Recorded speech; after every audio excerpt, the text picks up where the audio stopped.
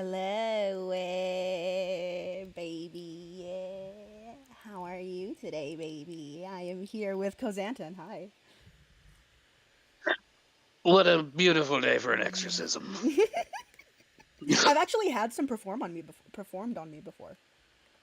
I obviously they didn't take. They did not. No, no. Yeah, no. They were the That the was the cool. preachers were kitty diddlers, so it didn't really work out. Um, Oh no. Um, but anyway, hi everybody. Hi chat. Hello chat. Duchess, hi, welcome. The Raider Okay. podcast and Page Master, hello, welcome. Also, the Raider Dark podcast says, "Échate una helada por mi salud." Listen, I I try not to drink. Es que eso hace daño. Ya sabes que las cosas que no son de Dios no son buenas para el cuerpo. Pero no te preocupes. Here in a second, I'm gonna take a fat rip of my fucking of my fucking bong, I'm and gonna that'll be just well, I'm as gonna just take as the good. yeah. I'm gonna take the opportunity to do the same. Yeah, yeah, yeah. Get fucked up. I will exchange Absolutely. your helada for some fucking for some hierba. Honestly, a la chingada con eso. Yeah. Yes, hierbita. No, hombre, es que when I get drunk, I get hot and then I get like really self conscious. So it's just not fun for me to be drunk. I'm too anxious when I Are get you drunk. like So some Mexicans? Do you get like really Mexican when you're drunk? I get really Mexican when I drunk. I get singy when I'm Oh. drunk. Like, don't don't come at me. Cucurucucú. Don't curucu curucu. Le Paloma. cantaba el eh, palomito. México lindo Lindo y es y querido. bello. Don't start. You have me singing the fucking national anthem. Don't get me started, Oh bitch. no. Oh God.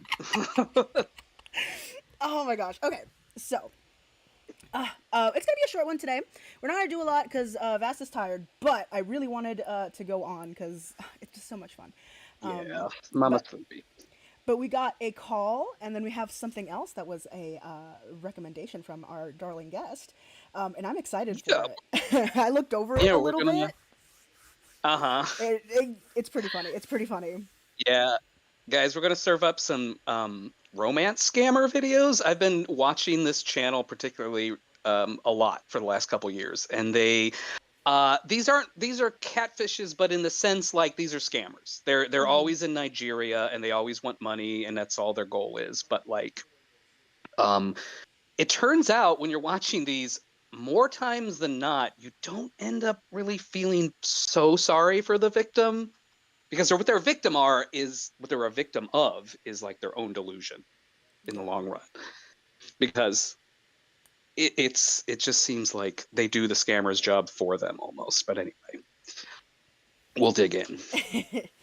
Okay, that'll be safe for the second half of this video. But anyway, let's go on and let me pull everything up here. Okay, so we have this is call number 5, and I believe I have listened to this. I think I'm in like 20 something. I'm not very Yeah, deep in, but it's been long enough to where I don't fucking remember anything. So I like this part of the story because like Alex is not Alex Jones yet. And you know it's just Lorne on the brink the whole time. He says this is jealous Lorne. I love jealous Lauren. Mm-hmm. He's such a little bitch. He is. How was your date? How was your date? Ooh, we're coming in Right off the strong. Okay. bat. Right off the bat. So what was the date then? Your date. Well, if you want to call it that. I know what you're talking about. What else you gonna call it? Two friends getting drinks together after work. Oh, I remember this. Friend me Yes. that you've made out with before. And I don't know what else you've done. Oh my You God. made out with him before. Wow. Went out with him before, bitch. I could have been Oh. like elbow deep in this bitch. Okay, elbow deep.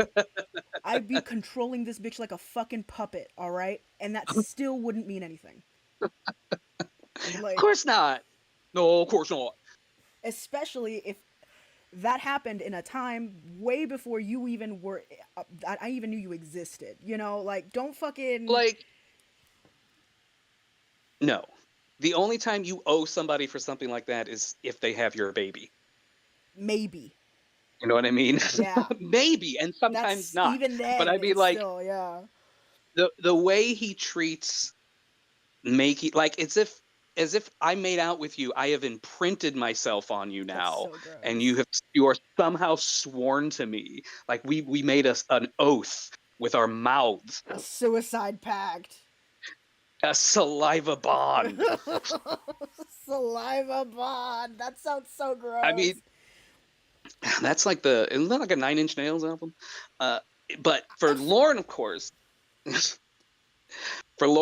that would be, I mean, any woman who would put her mouth on his, like, it's it. You're engaged now. Yeah. We I held mean, that's hands. like, Now you're pregnant. I mean, for him, like, smiling at him in a polite way at the gas station is like He's third never gonna base. stop thinking about you. Yeah, I mean, so actually making out, I mean, beyond To all him, bases. that's like. Oh no, that's so sad. It's incredibly sad. If it weren't him, it would be sad. Oh shit, since you're smoking, I'll party with you with some mushroom gummies. Dale chingada con Dios. No, sí, chingue su madre, pendejo ese. Yo nada más digo que el alcohol, ya Nada sabes, con como Dios. que ya sabes que como es chingue su madre Dios, ¿verdad? Pero pues, ya sabes, el alcohol, eso a uno sí le hace daño. Ahora, la fumada, como es una planta, ya sabes, güey. Ya sé que también el alcohol es hecho con plantas, pero no me, hear me out, bitch, hear me out. Porque es una planta y lo estoy purificando en el agua, because like I take rips through like a bong, and I know most of you don't understand half of what I'm saying, but like, We're digging, we're picking up what you're putting down. Es de Dios because it purifies it. You know what I mean? You go through the water and you wash it a little bit so God don't see the sin. Is that what it does? That's why you smoke out of bongs. I had no idea. It's like a baptism. It is. It's the pee of Christ. You know, they have like the body of Christ and the blood of Christ. It's the pee of Christ. It's the piss of Christ. It's what we call a Rastafarian baptism. A golden baptism. Hello, medium syllables. Welcome. Please, cat. I love you, but stop. It took me a while to get to where I was getting with that, but you know what I mean. Well, I told you I didn't do anything else. That you spend a lot of time with. Mm-hmm. That you were in a hurry to get off the phone with me to go out with. Well, I wasn't in a hurry. You said you were tired too, so you wanted to go to bed. Well, I could tell you didn't want to be on the phone too. Oh my God, Lauren. I mean, we talked for like 2 hours, but okay. Why did I come in here and the first thing I hear is it's the pee of Christ? Nugs, every time you show up to you always show up at the worst fucking time. We're always talking about the weirdest fucking shit when evil little McNuggets shows up. Yeah, like we're talking about like eating in the shower or some shit. or bathing in the piss of the Lord.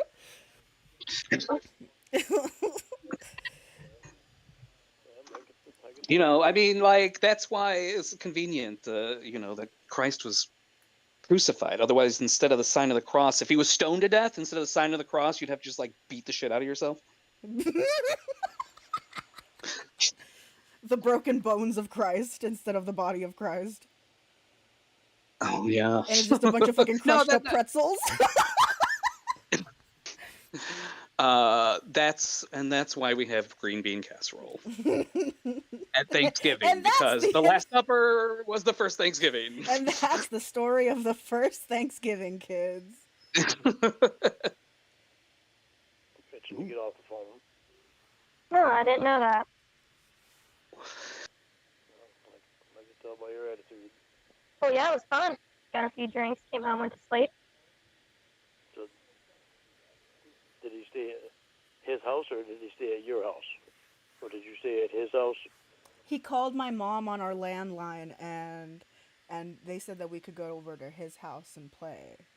That's what you fucking sound like, bitch. The fuck? You go over to his house? Your house?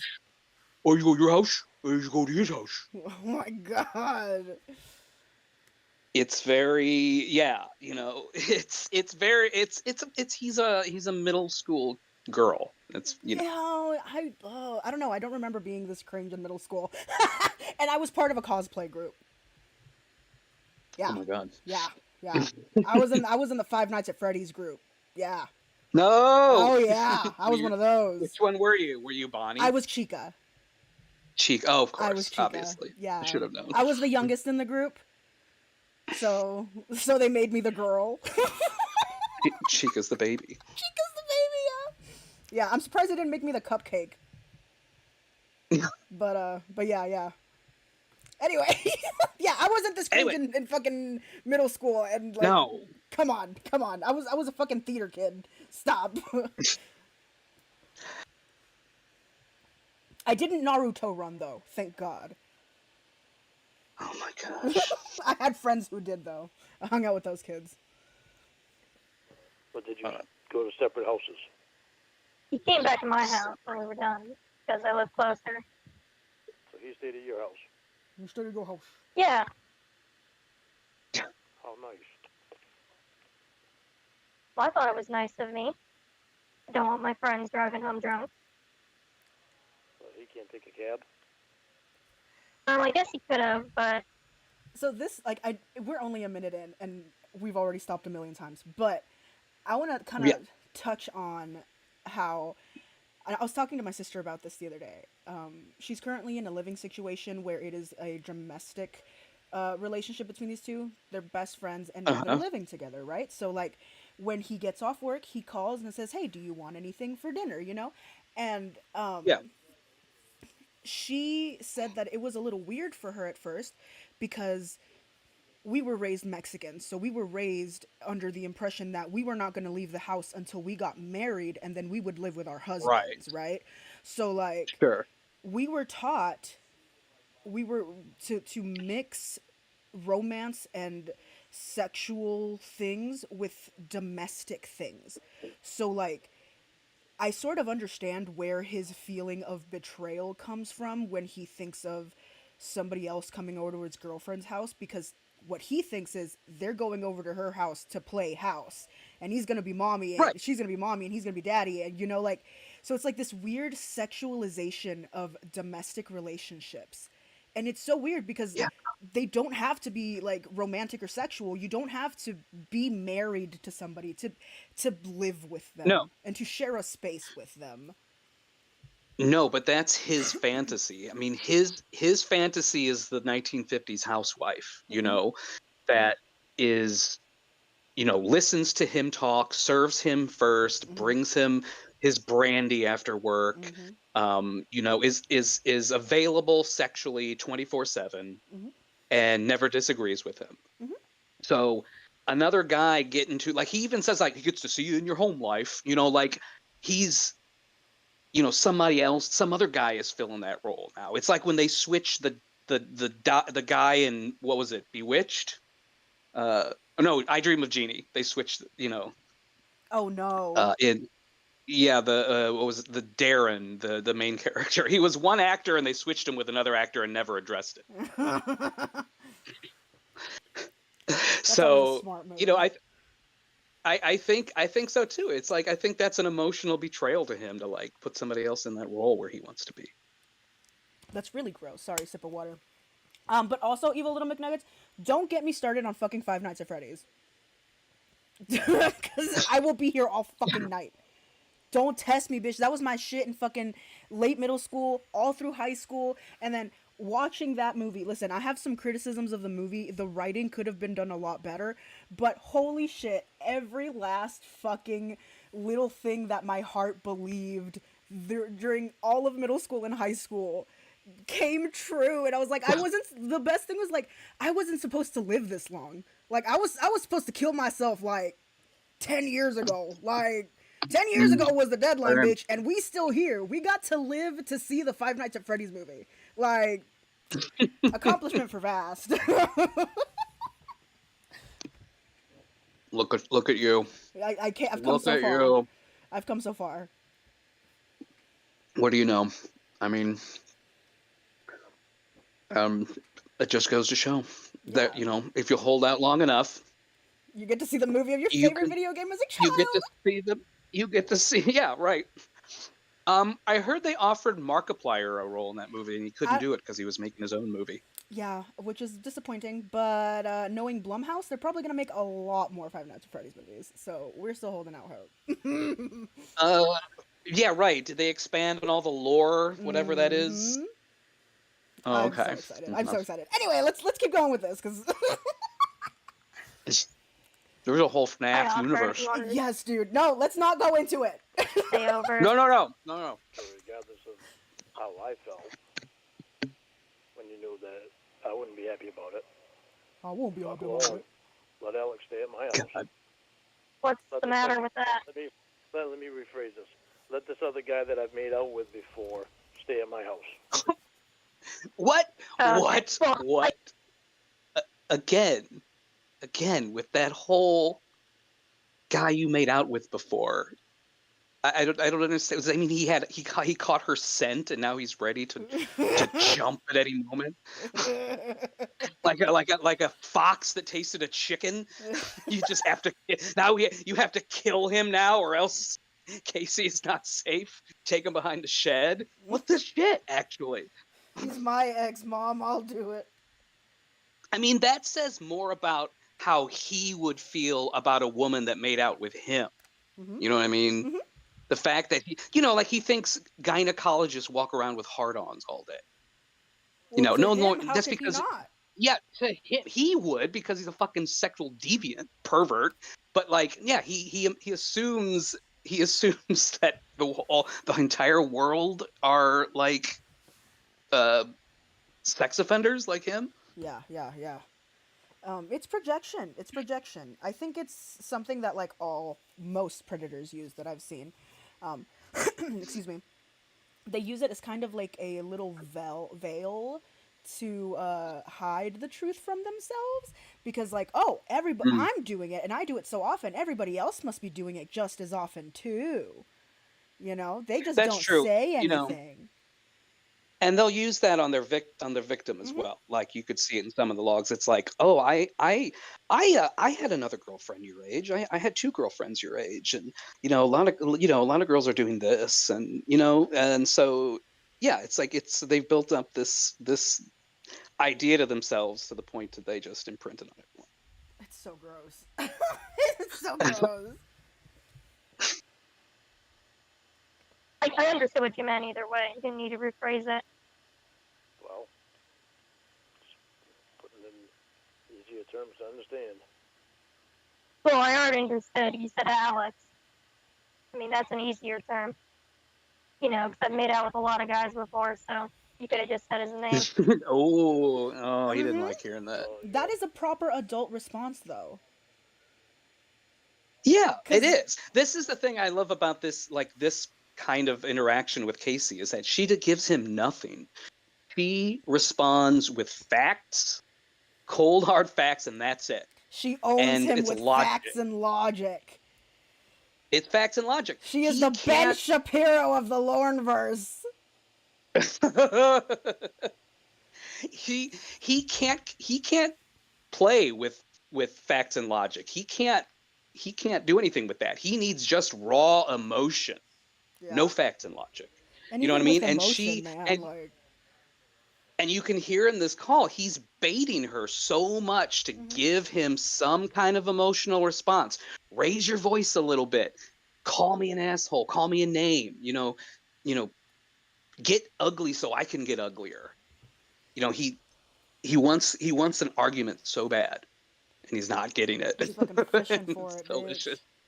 But no Yeah. one's biting. You just listen to that baiting going on in there. so hang out with him a lot. Yeah, I guess quite a bit. Yeah. He lives Yeah. the closest, so we like to get drinks sometimes. And a lot of your other friends that are girls, I don't hear you hardly ever say anything about them anymore. I haven't seen any of my girlfriends in a while. Maybe that's because Alex is in the way. Oh no, they're allowed to coming out with us if they want. They're just always so busy. Maybe they don't like Alex. Maybe they're adults, Lorne. Maybe they're adults with jobs and families. He acts like because he doesn't have friends, he doesn't understand how friends interact. He thinks friends are like the Facts of Life girls, like always together, always doing everything together, know each other's moves.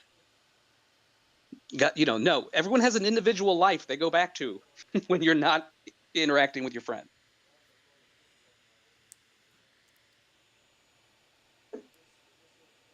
Fuck, did I not hit the Whoops. Sorry. I thought I hit the wrong button. Oh, they love him. Oh, sure. Of course you do. Lovable guy. Yeah, my friends think so too. Uh-huh. Well, because you go on dates with Alex and let Alex stay over your house, it's probably okay that I respond to letters that I get in the mail. Yeah, you can go ahead and respond to letters you get in the mail. What? The most impotent threat I've ever heard. Like, bitch, who gives a shit? Wait, I'll respond to another catfish. Good, send her over. Maybe we can work together. The fuck? Who cares? Right? What a threat. The real address on it, and the real phone number, and the real name. Yeah, It's if you, real. if you Real want. phone I don't know why you would. Baby, just because it's tangible doesn't mean it's real. Just because you can touch it doesn't mean it's legitimate. Probably catfishes, but yeah, I guess you can do that. Usually when they put their return address on it, normally they're not a catfish. You realize that you don't have to use you don't have to use your real fucking address to send something out, right? No, he says, when they put their address on there, normally they're not catfishes. And I'm an expert. I've been catfished 9 times. I should know.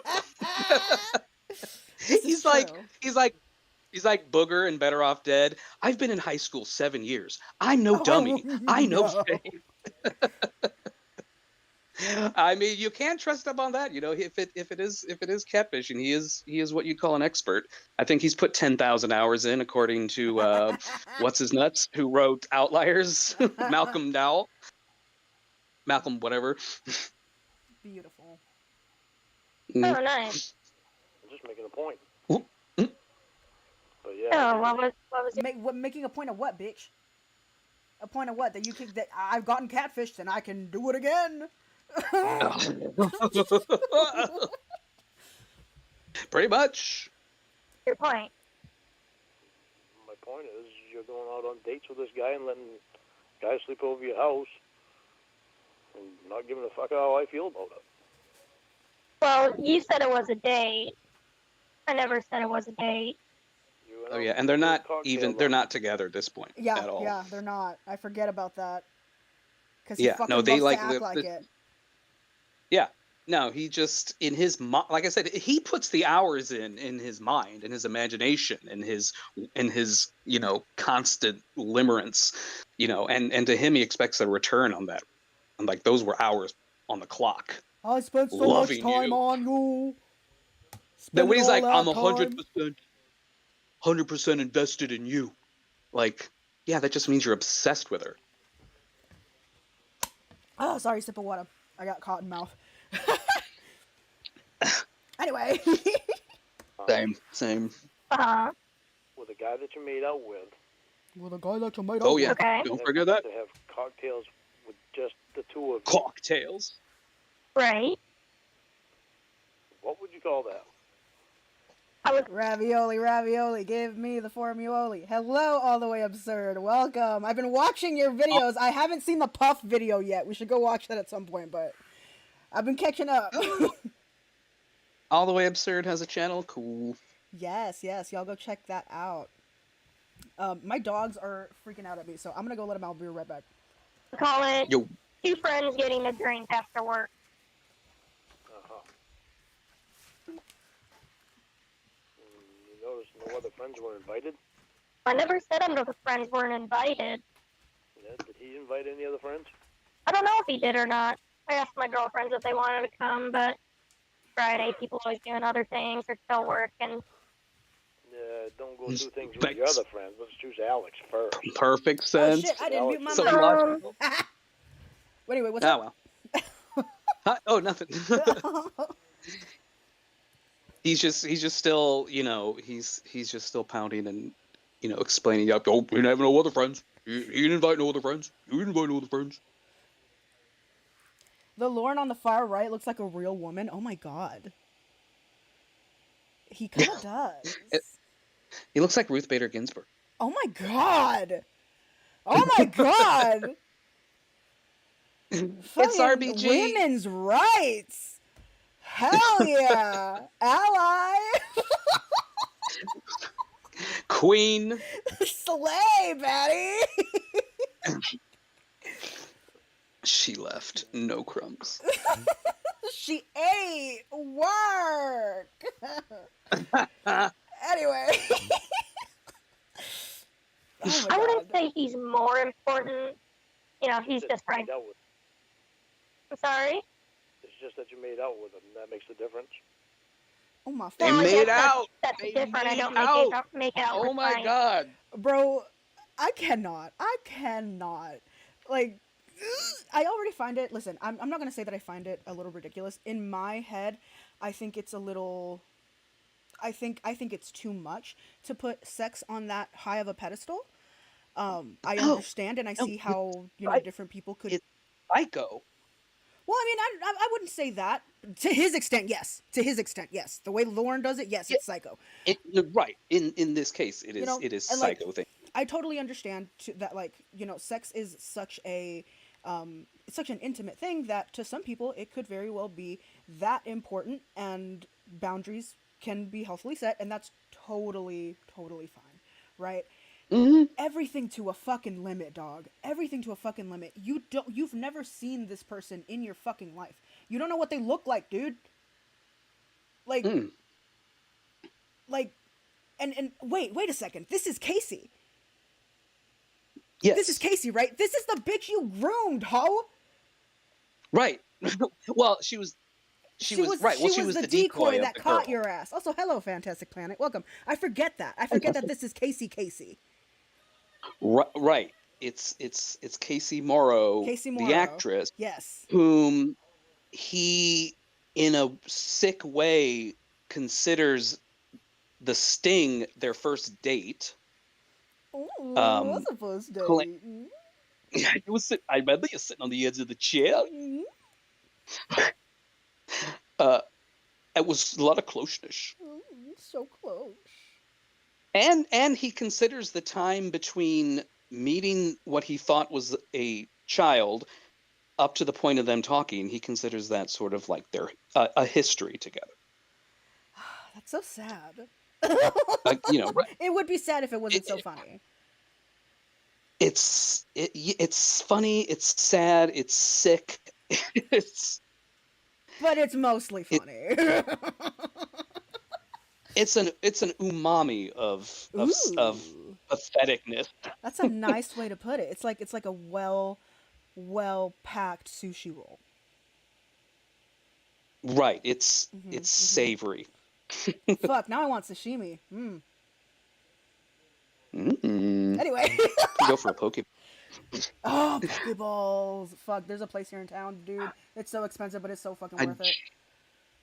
I just discovered a place near me that's like a straight up hibachi place, and they have the best tempura and the best Pokeball. Y'all go eat some vegetables and shrimp today. Go. Support your local hibachi, please. Yes. So good. Anyway. They're making dreams come true. They are, though. They are. And they're always so nice. And the ones here in town, I live in a small town, so, like, the ones here in town, they can, like, speak Spanish, as well as their native tongue and English. Oh, yeah. So, like, these people are out here learning and, like, working, so go support your local hibachi place. Is it Spanish with an Asian accent? It's very cool. It's very different. Yes. It's like, because it's. I don't know what that would sound like. It's a lot of rolled R's. So the people here in town are Japanese in origin, so they find it very difficult to roll their R's. But like other than that, Sure. like they speak it just fine. And like I don't even know how long they've been in America to know like like to know how long they've had to learn the language, but like they're really good. Like it's pretty much fluent at this point. And like That's crazy. that's 3 languages That's right off of crazy. the top of their heads. And it's like, how? I can barely handle the 2 and I've been speaking them since birth. Like I mean, like, if somebody told me, like, you're going to have to go to another country where you don't know the language, you don't know the culture, you're going to open a business, risk everything you have, and and learn to communicate, I would just cry myself to death at the prospect. Absolutely. Absolutely. And then they make great fucking food. Y'all support your local hibachi place. They deserve it. Anyway, also, Yeah, they were. we keep getting sidetracked. Sorry, I'm kind of hungry. Also, the fucking hibachi. Fuck. I just had like leftovers and a big ass thing of pecan pie, so like I shouldn't be thinking about food, but fuck. Ugh. Pecan pie, the king of pies. I know, right? I know. Also, hello, Silk Street 999. I do remember you, darling. Thank you so much for that comment. And honestly, are there more girl? Yeah, no, there are more girl TCAT people. We got I don't know. Oh, like I don't know, like, Yeah. I don't know what Nar- anyone's pronouns are, so I don't want to misgender anybody. But oh, hello, pressure. I Hi, mean, Serenity. like, you mean like Cybersqueak and all them? I think so. Cybersqueak. I don't believe Cybersqueak identifies as female. I don't believe. I could be wrong. I could be wrong. But Well, then I'm not going to That's what I'm saying, assume that's what I'm saying. any other. that's what I'm They saying. I are don't want to out. assume. Ask them; they'll tell you. Just go to TJ and you'll Sorry. hear and see plenty of Chinese people speak Spanish as if that was their first language. Yeah, dude, it's crazy because, like, the family that ran the buffet knew my parents, and like, interacted with them. And then when I started coming in with my husband, she's like, "Oh, you've grown up so much," and I'm like, "Girl." I'm sitting here realizing you've been speaking to my parents in Spanish since I moved here 10 years ago. Like, it's insane. It's crazy. Oh, thank you so much. Yeah. My laugh is contagious. I say this a lot, but I've been told that I cackle like a witch, and that's like my pride and joy. That is my crowning achievement. That's crazy. I was married to a woman who also cackled like a witch, and she was proud of it. I am proud of it. I am. I think it's a nice little it's a reminder because I've been told that I have a very soothing voice, but then it just gets interrupted by. I like a loud laugher. I like to be around a loud laugher. It's because I'm Mexican. That's why. Also, hello, Eureka's mom. Welcome. They're very noisy people. Yes, very much so. We are loud. My friends, no. Yeah, okay. So Fine. do you see what you just said? What's that? You don't make Ooh. out with your friends. Dun dun dun. Yeah, you meant like my other friends. I've never made out with my other friends before. Okay. Well, so Alex is the first? The first friend that you made out with? Yeah. Okay, so what do you call this thing from last night? When we got drinks? Yeah. Like the bar's name? No, I mean the date. It's me, Vastia. My pussy smells like 100% beef burger. I love Winnie with all my heart. I'm gonna get a tramp stamp. Winnie. Like, Oh, yeah? name. I'm gonna get Winnie what would that as a look? tramp stamp. You have to have Winnie, but the E is smoking a cigarette. Yes, dude, absolutely. Also, you know what? I love it because, like, I feel like Winnie would also get a tramp stamp with Winnie on it, and it would be the exact same thing. Like, if I designed that with the E smoking a cigarette, or like a crack pipe, the E at the end is just smoking a crack pipe. I feel like she would. No, this is clean Winnie. This is Winnie back to school post Lorne. Oh, okay. Like, yeah. married to Will Winnie. Oh, okay. Yeah. Maybe not a crack pipe. A line of coke. Yes. Oh, yes. The W is no. The I is sniffing a line of coke, and the E is smoking a cigarette. Fantastic Planet just called me Mexican Winnie. Thank you. Thank you. I'm gonna get a plaque with the name Winnie on it. The color of your eyes is beautiful, but their shape is mongoloid. Juanita. Juanita. My pussy smells like 100% arroz con pollo. No! Oh, that's so good. Arroz con pollo. Oh my god. The date was the 15th. You know what I mean. What? What would you call last night? Last night was me helping out a friend who was drunk and couldn't drive themselves home. That's what Sure. it was. The fuck? You know, Oh, what? yeah.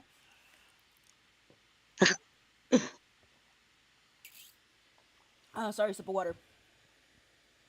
Anyway, did you say something? No. Okay. Wouldn't you call that a date? No. Oh, you mean like when me and Alex went out to get drinks? Yeah. No, I called that two friends getting drinks together after work. I think I might have said that earlier. But, yeah, you said it earlier, but you're still not clarifying yourself because there's two friends getting drinks after work that nobody else is invited to. No, I invited my other friends too. Whoa. Okay, Alex didn't invite any other friends. Does it matter? Does it fucking... Again, No, it doesn't. it speaks to what he would consider, like, he's trying to get her to admit it was a date, and she's trying to say, like, listen, by no definition it's a date. And it just, I think, goes to say what he considers like, getting wrung out at the Circle K a date if he decides it's a date. Getting wrung out at the Circle K.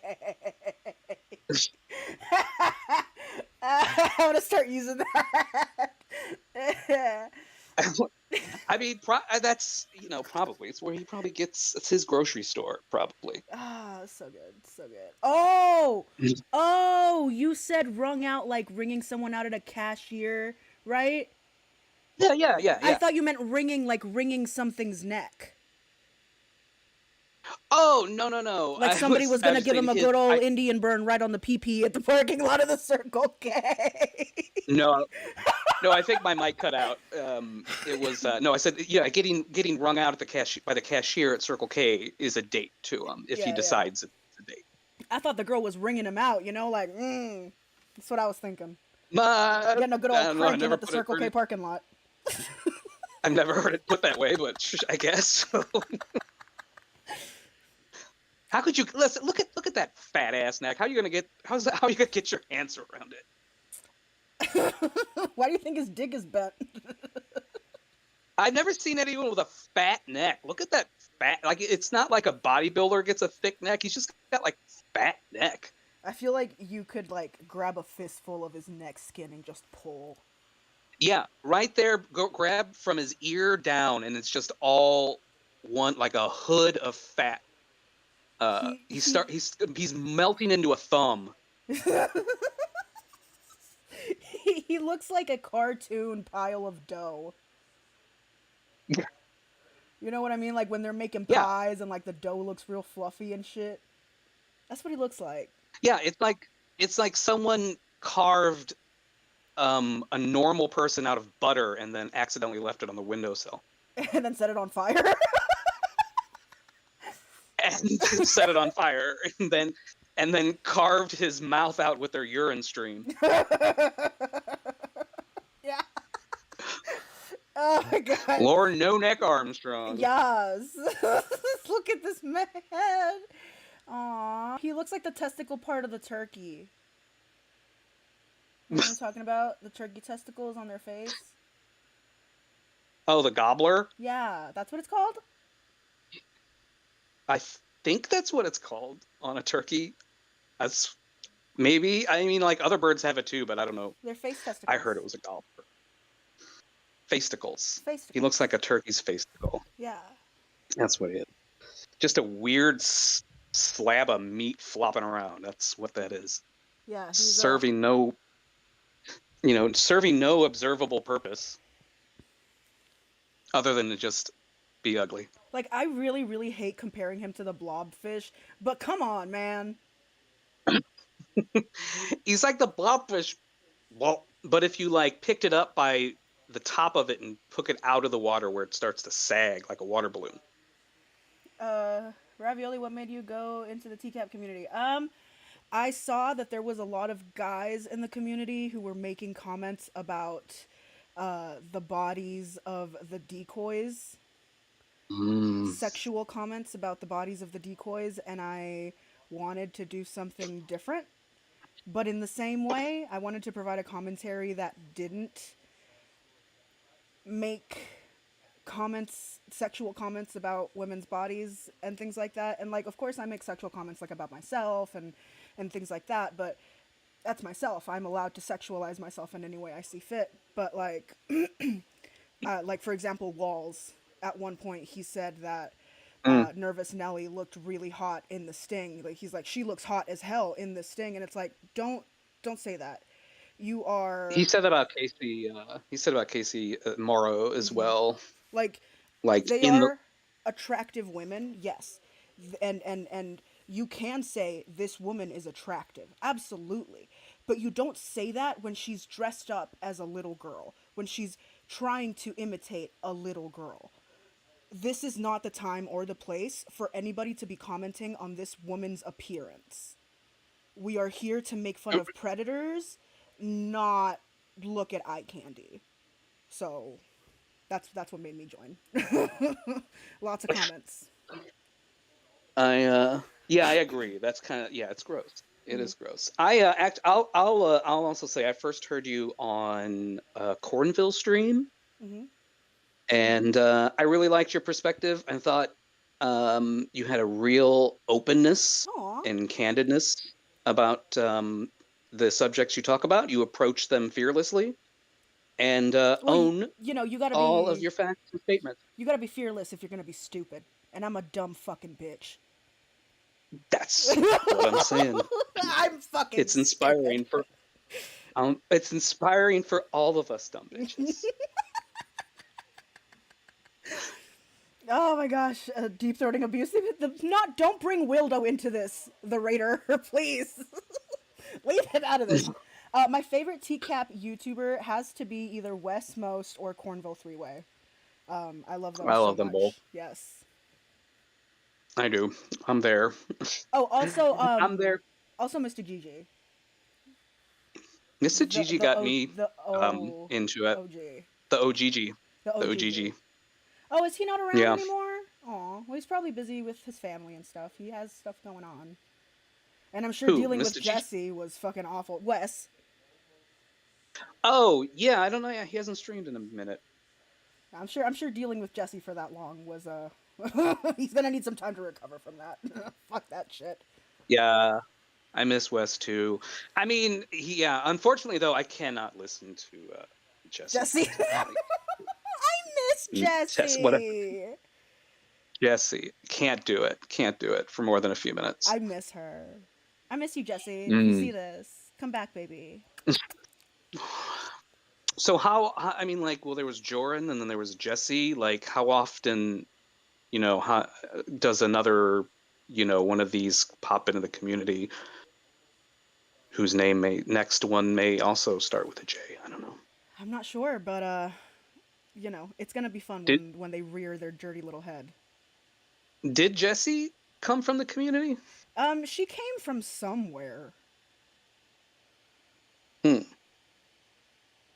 Oh, well, I'm really glad that you come here for laughs, Serenity. I appreciate that. And also, thank you so much, Skull Street 999. Thank you. I appreciate the love, you guys. Aww. Don't say shit like that, because then I'm gonna get spoiled, and you're never gonna get rid of me.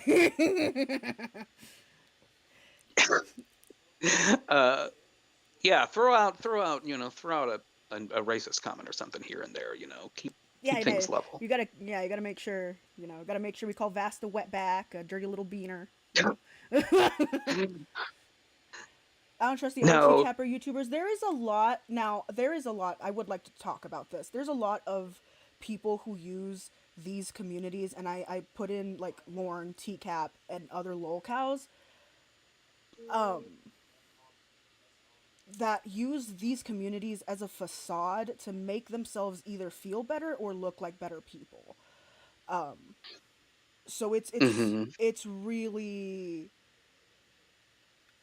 difficult to place trust on people.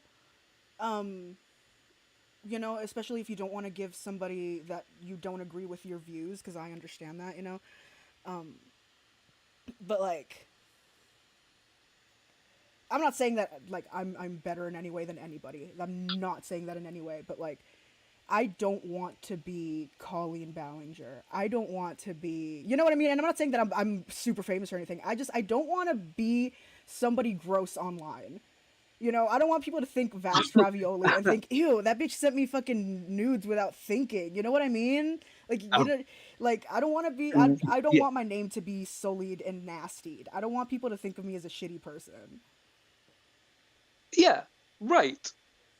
So, like, Uh, I don't get how most people don't understand how easy it is to not be a shitty person. You know what I mean? Like, okay, you find the decoy in this sting hot. You should be number one aware of what you're saying and what you're in what context, and then mm-hmm. two, you could just keep it to your fucking self. And like, No, but it doesn't. You know what? there's like nothing wrong with thinking that Casey is hot, because she is. She's a beautiful woman. She takes care of herself. She has gorgeous hair, beautiful skin, lovely eyes. She's a beautiful, attractive woman, and she got the Yeah, part because she's pretty. and she looks young. You know what? You know Like, she fit the bill, she's pretty or and or young. maybe Like, you're supposed to think she's attractive, but you are not supposed to comment on her body and how sexually attractive she is to you, when that's not what we're talking about. Here we are talking about sexual fucking predators who go after little fucking kids and try to ruin their lives, and all you can think about is how hot the decoy looks? No. Come on. Like, I also remember that you did make it a point too to call attention, not call attention, but make it known or remembered that like in this kind of community there are real victims in mhm. it too, who get Mhm. something else out of the content that maybe other people don't in a different way or whatever, you know. And if you don't, like, nobody's asking you to, like, not say your opinions, but it's just something that you should be aware of, Mm-hmm. And you know. you can say, oh my gosh, I like talking about the decoy. I think she's hot. I think she's pretty. Whatever, you can say that. That's perfectly fine. There's nothing wrong with being attracted to a person, but like, especially when they're impersonating a fucking child. And also, like Serenity said, say she's hot on Instagram, not on TCAP. Thirst over her in her Yeah. fucking bikini pictures on Instagram because she has them. Thirst there. And and those are fine for that. Those are made for that. Mm-hmm. Mm-hmm. Those are okay. You know, just like it's like Lauren with the actress from fucking Little House on the Prairie, Oh my god. Also, hey or boo, he his snuck in yearbook, here. Sorry. or his or no, actually from his DD-87, when he admitted to masturbating to the thought of girls in high Oh school, my god, you know, yes. and he said, well, they're my age now, and Casey had to point out, it's like, yeah, but you're thinking about them when they were children. Mm-hmm. Well, Mm-hmm. I weren't thinking of it that way. No, of course you weren't thinking of it that way. You're a pedophile. Like, and that one, I remember when that whole thing came out, I um became a little conflicted on it. Um, Personally, I had a fiance before my current husband. He died, right? We were both very young. We met when we were like 14, 15, right? So like, homie was my first love. I lost my virginity to him, right?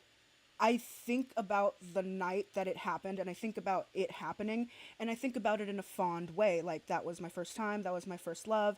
I have a lot of love for this person, and I Sure. was comparing it a lot to Lorne and what he's going through, thinking about these high schoolers and thinking about these moments, and then I'm like, it's not the same. it's not the same because first of all, when I think about it, I don't jerk off to it. You know, if I'm thinking No, about it, it's because a it's not the song came same. on. Yeah, like a song came on the radio, or like somebody said something that he would have said, or something like that, that reminds me of it, and I'll think about it, and like, oh, that was, you know, that was such a nice time. What a wonderful time I had with this person.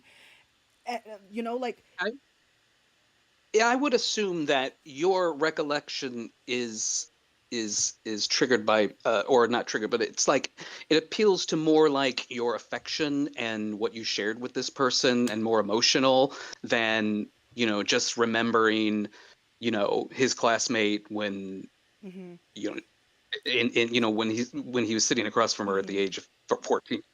That ties into what you're saying. What Eureka's mom said. Not only that, but yours is based on something that actually happened. Lauren is fantasizing about these children. You know, Oh yeah, because like of course. I was sitting there and I was like, fuck, I do that sometimes too. That makes me creepy, and I would, you know, I kept digging into it. Because like on the surface, it kind of sounds like that. You know what I mean? Like, oh, you think about having sex when you were like 17, like hell. But it's like I don't think about it in a sexual context. The sex happened, but to me, it's not sexual. And You know, that's funny because like actually that for some reason, my first time having sex popped in my head the other day. Oh, oh, I know why it was because I heard the song that was playing. It was the 90s. Picture it. oh It boy. was 1993. 1993. I took a bus to this girl's house specifically for this purpose to lose my virginity, and the song "Black" by Pearl Jam was playing. Oh,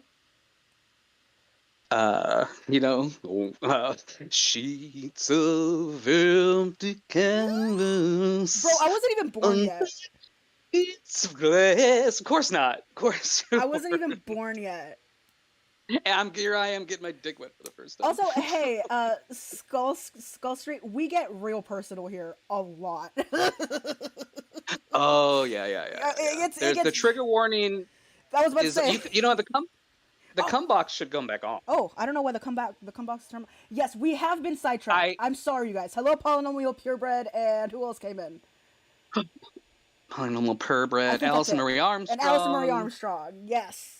Hello, hi boo is there, or hey boo, I'm sorry, hey boo boo, Yeah. No, hey boo, hey boo. we keep getting side. We're only 6 minutes into this, dude. Oh shit. Okay. Anyway. I'm not sure if he did or not. I didn't really ask him. So it just so happened that you invited your friends, but he didn't know if he invited any friends, but it wound up being just the two of you Yeah, having cocktails. yeah. How romantic. I wouldn't say it Cocktails. was really romantic. Oh no, Allison Marie Armstrong. What month in '93? She was born in '94. Are you her dad? Oh my god, what month would it be? Huh? I don't remember. I don't remember. Are you from the are you born in the Midwest area or Central in the St. Louis metropolitan area? I have no idea. I want to say it was summer. Yeah, Well, now we know. possibly. Allison Marie Armstrong. I'm so glad you are the father. No, oh god. Sorry. Come, my child. Yes. We got catching up to do. Speaking off, why not invite Alex? to Hello, sleep over my Asbury house? Brad.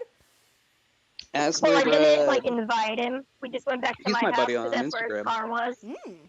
And I was like, "You're not driving home." Okay, so now think about what you just said. Okay. Ooh. Met you at your house. Yes. Yeah. You went out to drinks together in your car. Yes. Yeah. You went back to your house Yes. together in Yeah. your car. Yes. Correct. And you had already been drinking. Yeah, I only had a few. I had to work today, so I wasn't gonna get Are you one to fucking talk, bitch? Didn't you fucking Oh yeah. drive into somebody's fucking ditch? A He whole was a 18-wheeler? few sips. This man was a few sips over the limit, Your Honor. Oh my god. Oh my god. Hammered or anything? Yeah. And didn't you give me hell before about having any? No, I think I gave you hell because you drank like 12 and you were like obviously drunk and then you fell asleep and crashed into a house. But, Yeah. you know, I just had 2 drinks. Same that's thing, fine. Casey. Same thing. My blood alcohol was 0.09 with legal limit was 0.08. Yeah. What fucking difference does that make? What fucking difference does that make? I hate this so much. When he gets in this fucking bullshit about his fucking blood alcohol level being a few sips over the limit. Oh It is my lord. absolutely insane. Absolutely insane. It drives me insane. Okay, so what do you think? That is not even how it works at all. Blood alcohol level was? Like, I don't know. I was only driving like 10 miles over the speed limit, officer. just a few miles. Just a few dozen miles over the speed limit. He doesn't try to explain to this fucker how your body metabolizes alcohol and how many factors that come to play into that, and how fast your body can break down alcohol. Homie can't metabolize a 10-word sentence. You think he's gonna be able to metabolize beer? No. No. And then he goes on to say, like, I stopped drinking 8 hours ago. And it's like, and you were still that blood alcohol level? Mm-hmm. You know what I mean? Like your body metabolizes alcohol at like 0.01 whatever per hour. So that means he was like at 0.1 almost at one point. Mm-hmm. Yeah, no. And then decided to, and then drove a car. Because he's smarter when he's drunk. Yeah. You know, he is smarter. I mean, just like when he was on the phone with Debbie while he was drunk driving and she was going to call the cops and he threatened to drive Go faster. Yeah, I mean, fucking asshole. Yeah. You know, I mean, the size of a piece of shit you have to be. Anyway. Maybe like a 0.01. In the drinks that you had, they were cocktails. They were hard liquor. Oh my fucking god! Oh yeah. Mm-hmm. You're too, because there's a whole big ass difference. Oh, you're hard liquor. What is the difference Fucker. between 2 fucking cocktails and a 24-pack of beer, Lorne? And it's like, he acts like it's a different kind of alcohol. Like, motherfucker, it's ethyl alcohol. That's It's still all the it same is. thing. It's the same shit that gets everyone drunk off of anything. Oh my lord. Like, beer ain't real. Beer doesn't count. Beer don't count. It's like bread in a glass. Yeah, there's no hard liquor in beer. No hard liquor. Hard. No, there isn't. Not in beer. Hard liquor. Okay, so in hard liquor, there's a lot more alcohol content. Well, yeah, like if I drink like a whole bottle, but you know, like if you drink 12 beers versus 1 cocktail or 2 cocktails. Normally in a cocktail, there's at most what? Maybe A shot? A shot, yeah, like a shot of it. How much is a shot? 15 milliliters, half an ounce. There's maybe a shot, maybe 2 if you ask for it a little stronger. And like Serenity said here in the comments, they tend to water those things down. So, like, people don't go to the bar to get drunk. They go to the bar to relax, to chill, to talk to people. Yeah. Like, you're Right. the only fucking alcoholic out here who goes to the bar to drink. Right. Nobody wants to get, like, completely shit-faced off of, like, $14 martinis. Mm-hmm. I mean... Like, no, dude. You know, no, that's what you go to your fucking karaoke shithole to do, you know, where you just buy it by the can at the bar. Mm-hmm. When it's $2 a fucking beer and you are absolutely going nuts on it. Like, there's a whole fucking difference. Yeah. And it's some fucking beer like Stag or something.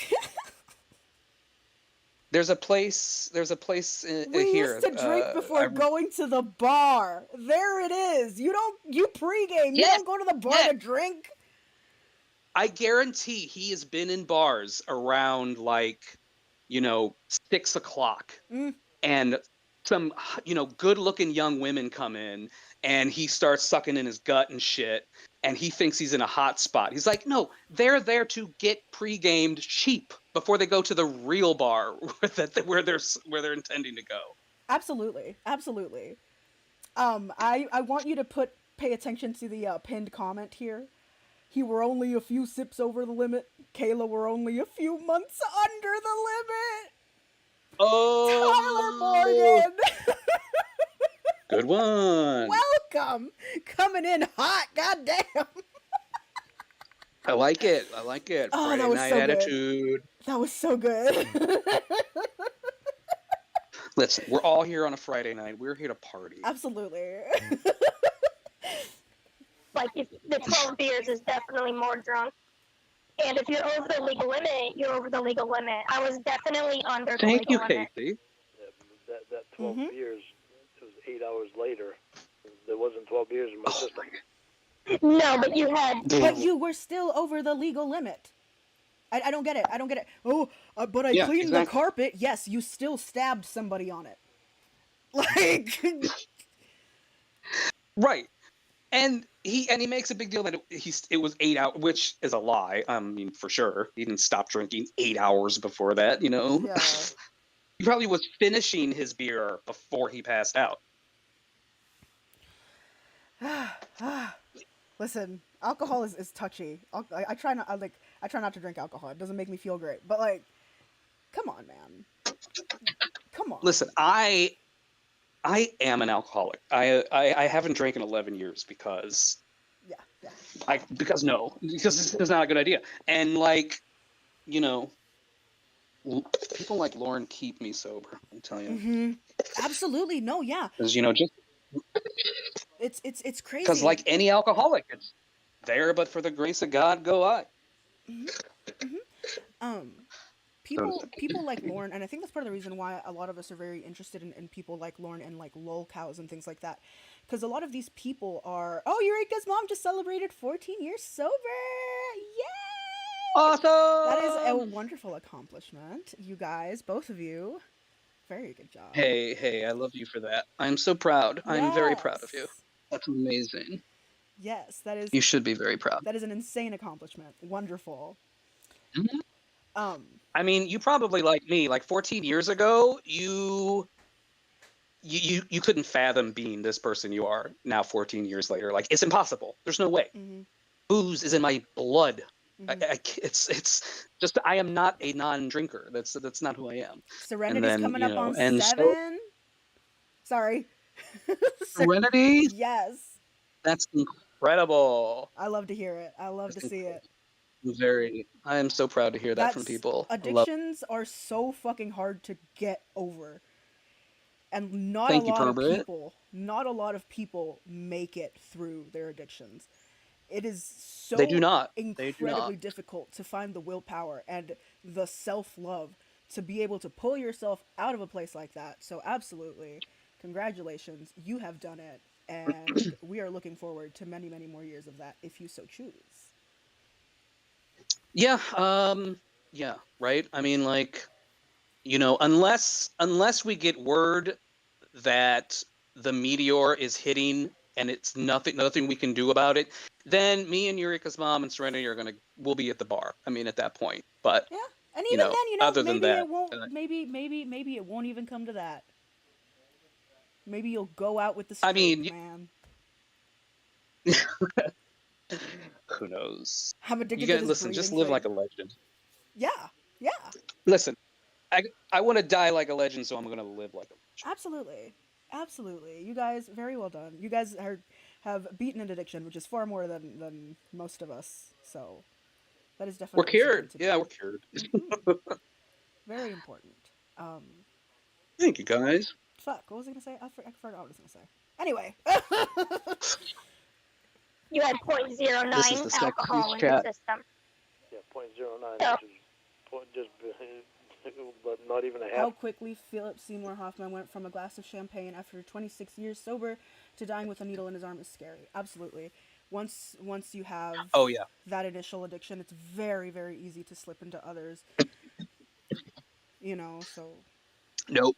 Nope. I'm telling you, like last year, I think it was, a friend of mine offered me a mocktail, mm, and and I thought it would just be like it's just a drink without the booze in it. But no, now it they actually tastes. make it's actually whiskey, but there's no alcohol in it. Mm-hmm, So it's aged like whiskey. It mm-hmm, smells just. And I was a big bourbon drinker, mm-hmm, or nothing, almost nothing but. And they make this non-alcoholic bourbon, and so I told the bartender, like, make me something strong, make it hurt. mm-hmm. And tasting it and smelling it, like, it made me feel a certain way that I was not comfortable with. Mm, So I'm like, I'm not gonna do this. yeah. Like, Mm-hmm, it would have been fun. It might have would have been fun, but it's like, it's you know what I mean. It's like shooting up with a syringe full of water if you're used to there being heroin in there. It's just yeah. with you're like one ingredient short. From it being, yep. I can see that. I can see You that. know, and it's one step from like, this is nice, but what make it perfect? Yeah, yeah. A little bit of ETOH, as they say. Mm-hmm. When my dad quit drinking at the age of 65, he looked at life through the bottom of the glass. For 50 years, he could get quite nasty when he was drunk. Yes, that's another reason why I kind of slowed down on the drinking. I don't feel in control of who I am.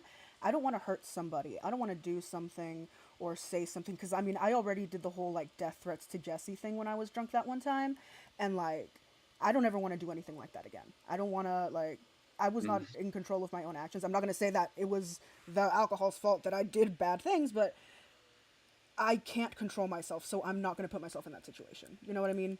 So, like, the Mm-hmm. ability for people to do that, I can tell you from experience that it is a very difficult skill to acquire. Um, So you to do guys, what? To not to not to not do it. yeah, to not do it. And I'm not Yeah. even an alcoholic. Like, I don't Well, consider myself an alcoholic, but like to like, sure, sure. like to stay away, because like every now and then I would love to like just run to the liquor store and like just get drunk one night, but like what if that one night that I get drunk I do something that hurts somebody else and I don't even remember it happening. Like, I'm not the only one that Exactly. I Oh, can affect when I exactly. drink, and when your I ingestion of oh, go ahead. No, I was just going to say exactly. I consider myself really lucky. I was what I thought was a very responsible drinker. I didn't drink during the all during the day, um, or anything like that. I would just wait until I was safe at home, not going anywhere, and then I would binge until I blacked out. And then wake up sick, and then do it all. Do it again. So I mean, but like, I mean, I am so lucky that I didn't do anything harmful to hurt someone, or, Mm-hmm. you know, Mm-hmm. Yeah, because because it's so easy once you start losing that control. And that's the thing, people who like sane people who don't like to get you drunk, they say, I don't like to feel like I'm not in control. And, they're telling the truth, as mm-hmm. you shouldn't, but when you are in the grips of that addiction, you are Mm-hmm. so eager to give up Mm-hmm. control to something. And the drugs and the booze is something so easy to give up your control to. Mm-hmm. And because you've given up you've Mm-hmm. given up your control at that point. So when you start to get, as time goes on and you don't have to do that anymore, you start to like value your control over yourself. You start to own it. Mm-hmm. So the idea of going to something to which demands of you to give up your control, because especially if for me, it's like a demonic Kirby that sucks you in, you know what I Mm-hmm. mean? Like, I can't ask of it anything. It demands all of me Mm-hmm. and will not settle for anything less. Mm-hmm. And it will Absolutely. suck me dry, like Kirby Absolutely. would. So now the idea of that, again, to me, as time goes on, um, becomes Scarier and so much scarier. less appealing, and it becomes scary. I think about being drunk. I have dreamt of being drunk and woke up terrified, Mm-hmm. you know, because I could just feel it just like embrace me so fast, you know.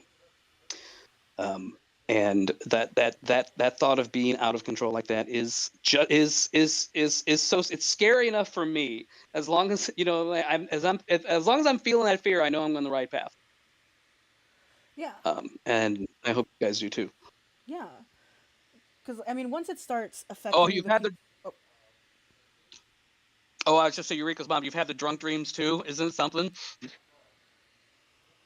Yeah, I mean, I could imagine being disoriented and then in a dream. So, ugh, Yeah, I kind of appreciate them as well, you know, because I remember the last time I had a drunk dream, I was offered a drink and you know, didn't realize I had drank 3 of them and was already feeling drunk and was like, you know, had sudden fear I'm about to ruin my life. You know? yeah, because now you have the knowledge of somebody who has beaten an addiction, and you understand what it took you to get here, and you Yeah, understand how much work it took you to get to this point. Is it worth losing this progress? Because you absolutely. can, and it's You know, okay if you lose the progress. You know, relapses happen. Healing is not linear, and if you relapse, there is nothing wrong with you. You are still no, a valid no. person. But like, you know, that's one of the things that kind of keeps me going. I don't have addictions per se, but like I have some things, you know, like everybody, maybe not as bad as an addiction, but like it's something that to keep you like, look at the progress you've made. Is this progress worth this 2 hours of being high or of being drunk? You know? Hmm. Hmm. You do you carry it with you, and it sharpens your vision of things like that. And you've come by then you've come to this realization that, you know, what you were trying to do with the booze, what you were trying to do with the drugs, is that you were trying to extend your time. You were trying to extend that night. I Mm-hmm. wanted I wanted to keep I wanted that night to last. I wanted to take time and extend that night, but you don't it doesn't work that way. Mm-hmm. You're just taken away from from tomorrow, you know, and you go into a deficit and you owe that time, and just gonna and you know you're not getting ahead Mm-hmm. at all. You just keep falling behind and behind. And Eureka's mom, I believe that maybe I have this view on relapse because I don't think I've ever been in active addiction. It's never been too difficult for me to give things up that are bad for me. So like maybe that's why. But like, you know, it's very easy to punish yourself, especially when you're in a state like this where your mind may be thinking not straight. You know, because I'm not saying that like, you know, blame all of your misdeeds on your addiction, but like Mm. understand that that is the reason why all of these bad things are happening. You know, so like if you do relapse, especially because I would imagine that at that point, if you relapse, you know you did it, the guilt and you know how horrible you must feel inside after doing the thing that you promised yourself, that you promised others, that you know is bad for you. It can be easy to punish yourself Mhm. and to overexert yourself and to make yourself into a bad guy when in reality you're not a bad person, you're not a bad guy, you're just fighting an addiction. You know, so I totally understand. And I, again, I don't I have an mean, addiction, so like I can't tell you, but you know, be nice to no, yourself is but what I'm trying to say. you have an incredibly clear perspective of, because I do have an addiction, and I can tell you you're spot on with with that. So, I mean, that speaks to what you know or what you've seen. But I 100% relapse is part of recovery. Hmm. Like, you And if know, it doesn't sometimes it's happen, a if, isn't if a it when. doesn't happen, 100% great. That's fucking awesome. Fuck yeah, so fucking proud of you. Hell yes, absolutely.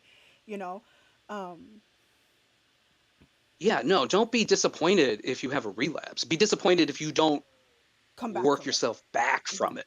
You know what I mean? That's the point, and that's what you're learning. I mean, the longer you're clean, the longer you're sober, the more, you know, stamina you're building up for when you, if you do fall down again.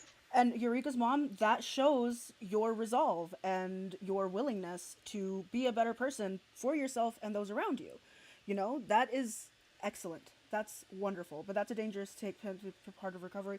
That's what my therapist has told me, um, that it is a part of recovery. I mean, I'm not trying to encourage it in any way. I'm not trying to tell people to like go do everything that you can to like get back on relapse. But what I'm trying to say is that if you do relapse, that it's not, it doesn't mean that you are wrong. It doesn't mean that you are bad. It doesn't mean that there's something wrong with you. Um, I've had friends that say the same thing Mm. and are dead. Well, I suppose I can't argue with it. I don't have a way to argue with it. Well, So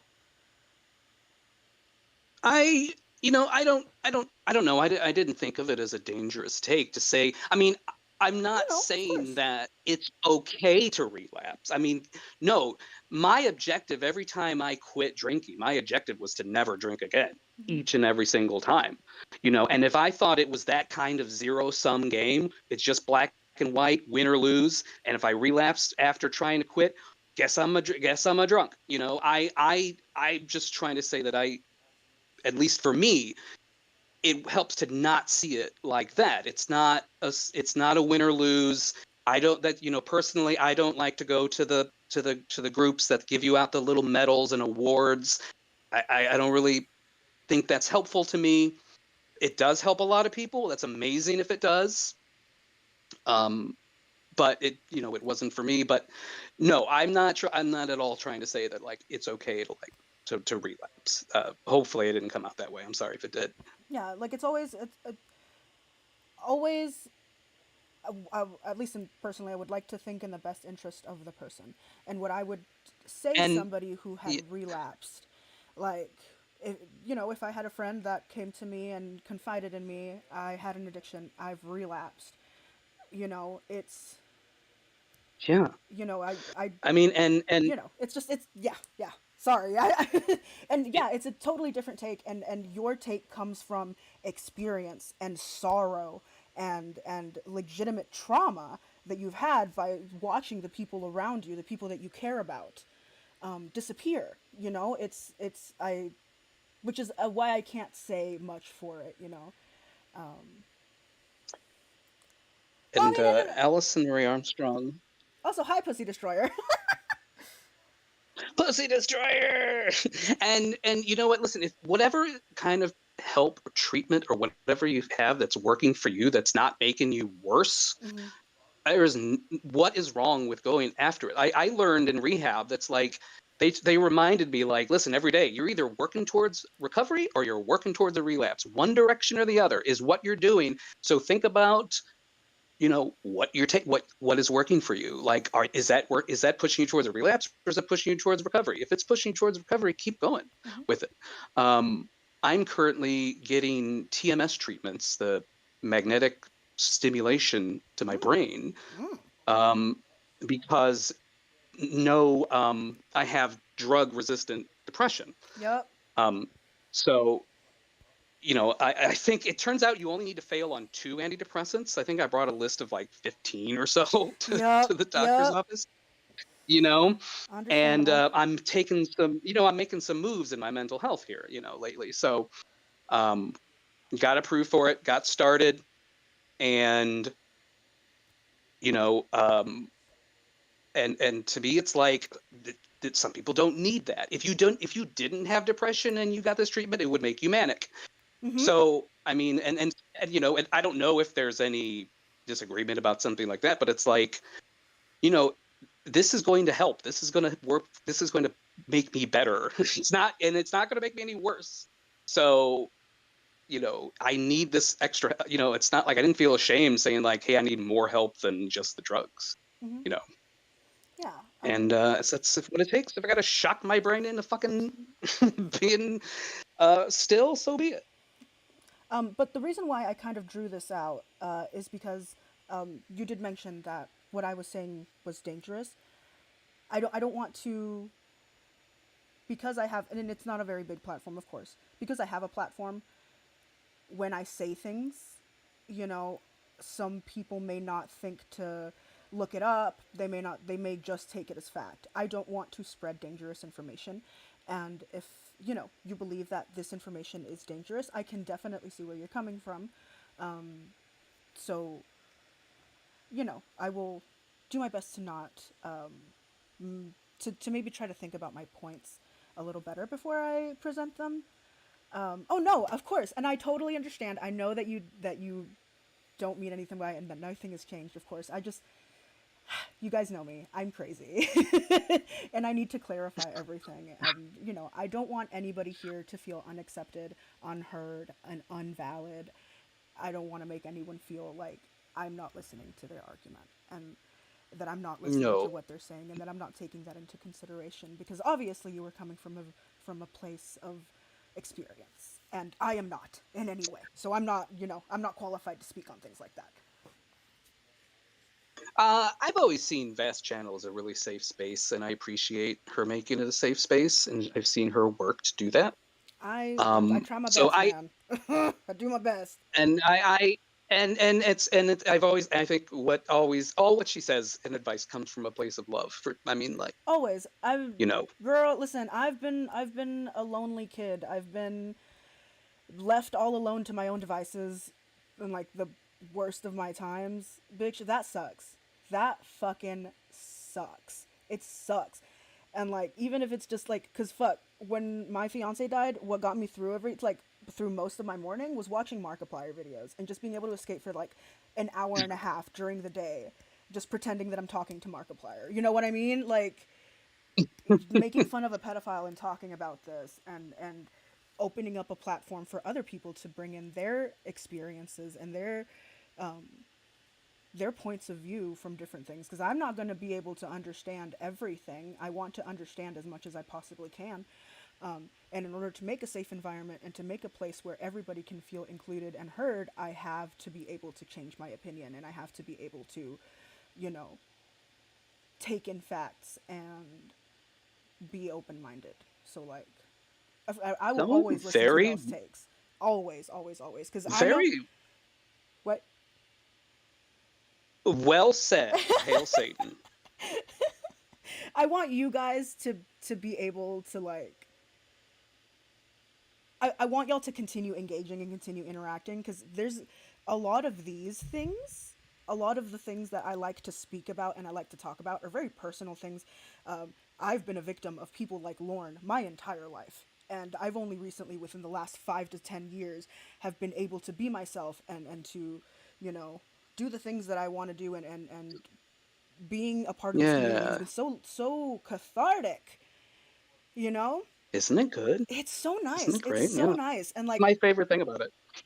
I don't wanna ruin that. I don't ever want to ruin that. Like, I want to be able to, like, just like this last time, leave for a few months and then come back, and y'all like come here to like with y'all open arms, you know, y'all ready to come in, like, you Mom, know, like, Mama's home. yes, like, I love the comfort. And this is, I've said it before, and I don't like using the term safe space, but this is my safe space, and this is my little huddle, this is my little cave where I come for security.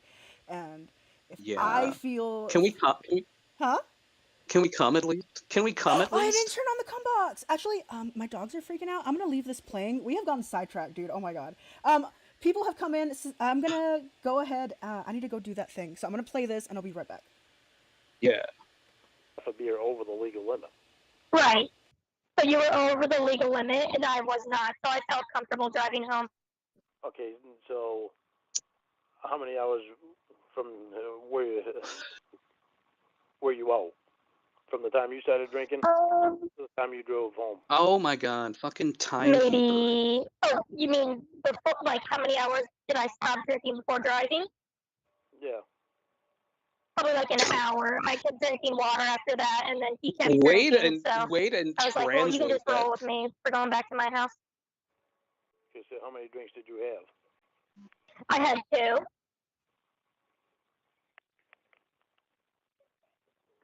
You had 2 and he had 2. No. I had 2, and then I started drinking water. and Alex kept drinking. Yeah. He might have had like 4 or 5. That's called responsible drinking. You have no idea what that is. I think I'll call an Uber. I don't know. I guess he could have called an Uber. I didn't think about it. I just said, you can stay here if you don't want to drive. Yeah, Okay. like a dad. I wouldn't even returned. interrogate my daughters like this. He's acting. Oh wait, what happened? Yeah. Eureka's mom said he's acting like her dad. I'm like, I have 2 daughters. I would never interrogate them like this. Seriously, dude. Hello, the Duchess of Cornville, and who else came in? I think that's it. The Duchess of Cornwall. Okay. Very sexy chat tonight. Yes. Oh, I haven't turned on the cum box. God damn it. Hold on. I want my friends driving home drunk, So you take his keys away from him. Okay, I turned it on. Yeah. Yep. And say I'm going to call you an Uber. Okay, good. Oh, no, I wasn't going to call him an Uber. I said you can stay here on the couch. It's fine. It's so dangerous to listen. I as a woman, it's dangerous to get in an Uber. Getting in an Uber drunk. I don't think I would do that unless I have somebody else with me. Mm-hmm. Well, no. In this case, he wanted her to call an Uber for him. Right. Because they were at her house. That's dangerous. You don't know who the Uber driver is? Hello, Sloth Cat. Welcome, darling. You know what I mean? Like, I wouldn't. No. I don't know. I've never had to put a drunk friend into an Uber. I don't know. Is that something people do? Mm-hmm. Do you just put a drunk friend in an Uber and just let them set sail? I've done it for family members before. Hello, Mike Pence. Hey, homie, it's been a while. But I've done it for family members before. They weren't drunk. There was no there were no Ubers back in my drinking days. Yeah. There are now, and I think honestly, it's a good idea, to send somebody who is sober to somebody who is drunk to drive them somewhere. But like, there's a lot of creepy and crazy people out there, Like. Yeah, just listen to Lauren. He warns her about it in this call. They're all rapists. Yeah, it's I don't know. It's a little scary. That's because he thinks if he were an Uber driver, there'd be all these drunk chicks in his car. He could probably feel a titty, cop a feel, put her hand on her ass. Yeah. No, he would do that. He would look forward to it. Yeah, he's like, he's walking, help her walk to her doorway and be like, you call me in the morning. Yeah, he'd make a fucking joke about it. Oh, what was it like driving full-time for Uber? I used to do DoorDash with Daddy Oli for a little bit. That was pretty fun. I did DoorDash for a little bit. It was a nice little... It's good when you're broke. It's good when you're broke. I didn't like DoorDashing, so I started selling plasma. Ooh. Uber driving in and it was DC. easier money. Dang. DC's a much bigger place. I live in a real small town, and we barely have enough restaurants for there to be a Mike Pence, did you pick up a lot of Epstein's customers? Ooh. Yeah, I bet it's... I deliver more. Horse and wagon!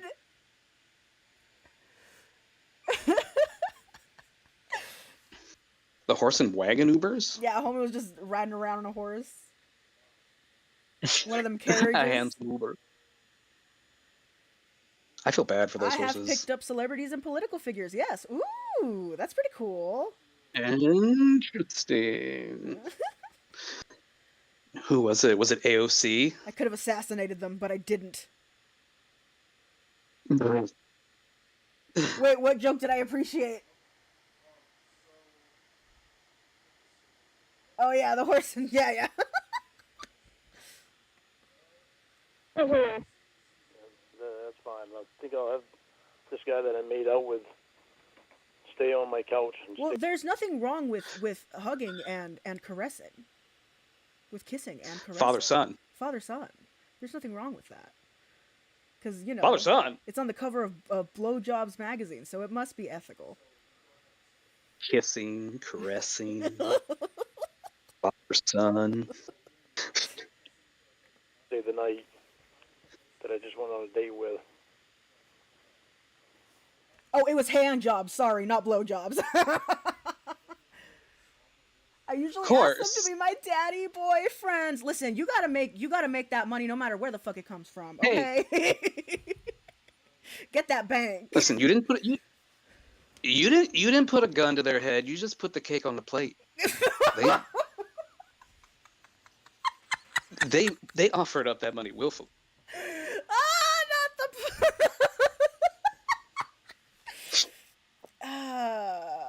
I'm done. Not AOC, man. I would have asked her for some feet pics. Bad.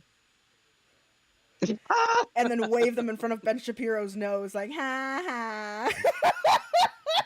Wait, is that what I think it is? Are those Wait. AOC's feet pics? Sniff, sniff, sniff. Oh my god. Oh, it was a long day that day. Oh, yeah, she was on her feet a lot.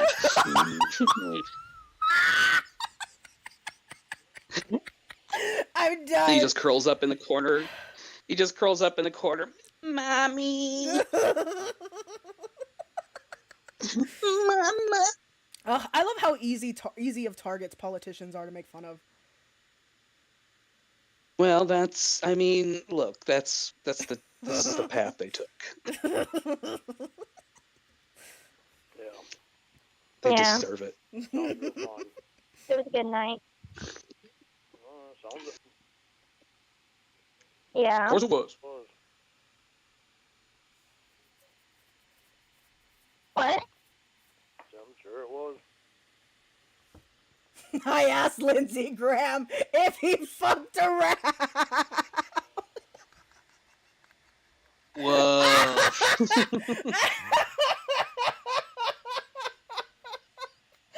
Oh my fucking god. Oh my fucking god. I can't. Had a romantic date with Alex. Andy let him stay the night. Am I the lovely creature? Yes. That's you so are. nice. You are the lovely That's so nice. Well, you are a lovely creature. Thank you. Thank you. Yeah. Thank you. Yeah, and you're welcome. For blessing you with my presence.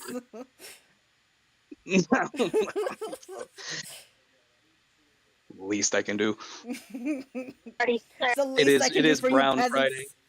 It is Brown Friday, yes. It is Brown Friday.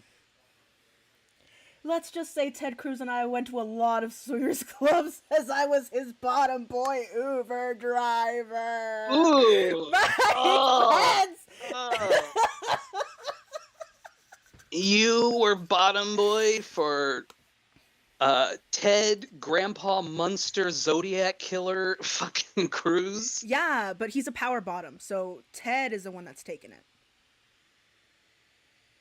Oh, thank you. Watching Okay, a couple of people get obviously. confused that Mike Pence is making me laugh. Wait, I'm not confused about Mike Pence. I know what he's about.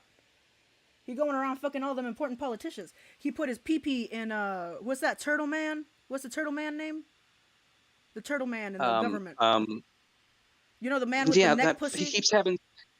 He keeps having strokes. Yeah. Yeah, Mitch he's McConnell. from Yeah. Kentucky. Mike Pence put Mitch his pee-pee McConnell. in Mitch McConnell's neck pussy. His nussy. Mm. He has intimate knowledge of the nussy. With Mitch consent. McConnell is a great edger. Oh yeah. Oh yeah. Especially when he starts having those fucking strokes and he can't stop. You know he vibrates You when he just gets kinda them like- strokes. Oh yeah. Oh yeah. I mean, it's like a little seizures, hot and ready. Oh my god, I'm ready. I'm leaving. I'm leaving. Oh, he's the biggest tease in Congress. That nussy dude. He fucking just whips it out for everybody to see, and he's expecting me to look at those luscious lips and not lick my own. Impossible. Right? Guess I shouldn't breathe. They look so submissive and breedable.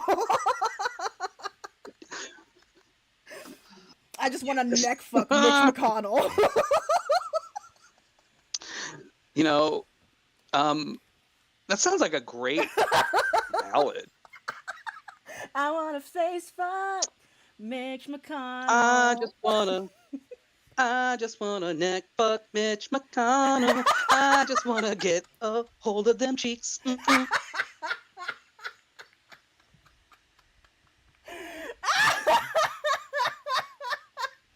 Uh-oh, something cut out.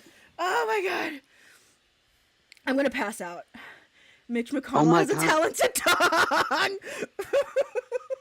Do you think he can lick his own neck pussy? It's very long and thin. Long and thin. He got them meat curtains, Very long and thin. Well, he catches flies with it dog. because the flies are on Mike. The flies, like they crawl on. You see him crawl on Mike Pence's head all the time. You know, like he's the fucking Amityville house or some shit. He's sitting there next to Ted Cruz. Oh, yeah. And there's a fly buzzing by, and all you hear is. And then it's Mitch McConnell catching like a fucking bullfrog. His fucking neck Big old. lips just. And he's like, they call me the Kentucky Bullfrog.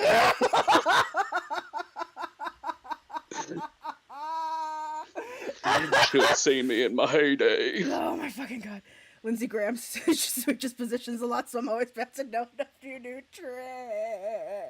I whip this tongue. I whip this tongue so fast, I'll circumcise a bumblebee.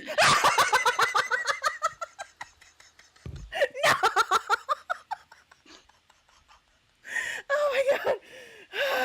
A wholesome conversation. I'm gonna piss myself. I feel like you must be breaking the microphone because I always feel like I'm cutting out, but then I think you're screaming. No, it's just my mic doesn't fucking pick up my my fucking pterodactyl What? shrieks. Are your dogs howling? No, it's just me laughing. Right? No, in response to. They would be if they were in here. Oh. Diane Feinstein took my virginity last year, and I have never felt like such a man. I'm so tired. I'm tired of this, Grandpa. Oh my fucking god. Grandpa, I got chi-chis. Grandpa, I got chi-chis. Anyway, Grandpa, you like my chi-chis? Oh, lick your nipple, grandson. I can't. Okay. That's okay. That's as much. I can't do the Stanley shit. You know, I mean, everything. It's like, as soon as I heard him go like, "Well, I want you to go over to your dad and stick your tongue in his butt, and then I'll come over there and I'll stick my tongue in your butt." Just let me know how you saw the doctor naked, and we'll be done. Listen, I would tell you if I knew. I was incredibly intoxicated that night. All I knew is that I woke up and he was naked in my bed. Horse dink and money. Horse dink in Red Dead. Okay, like Red Dead Redemption 3. Horse dink and money. horse dink and money. Oh my fucking god! Y'all made my throat hurt. Oh, that's the horse dink. No! Enough of this! I hate y'all. Oh my god. Bullshit. I don't know what I would need to deny. Fuck. Letting a friend stay on the couch, I don't think that's a big He deal. wants her to do it. I said you had a romantic date with Alex and let him stay at your house.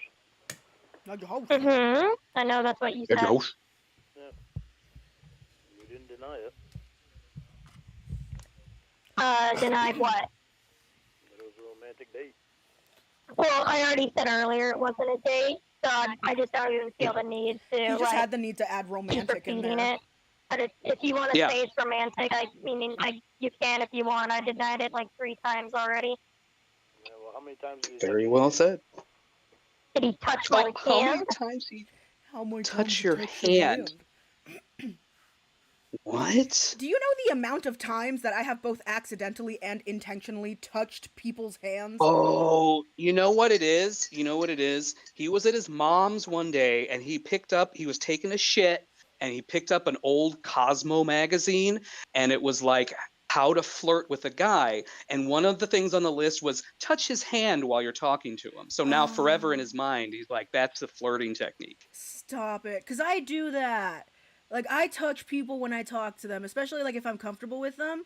Like, I'll touch Oh people. no, that's fine. No, but I'm saying that's how he got this impression that like touching their hand was like a special thing or something you do only to someone you're trying to get with.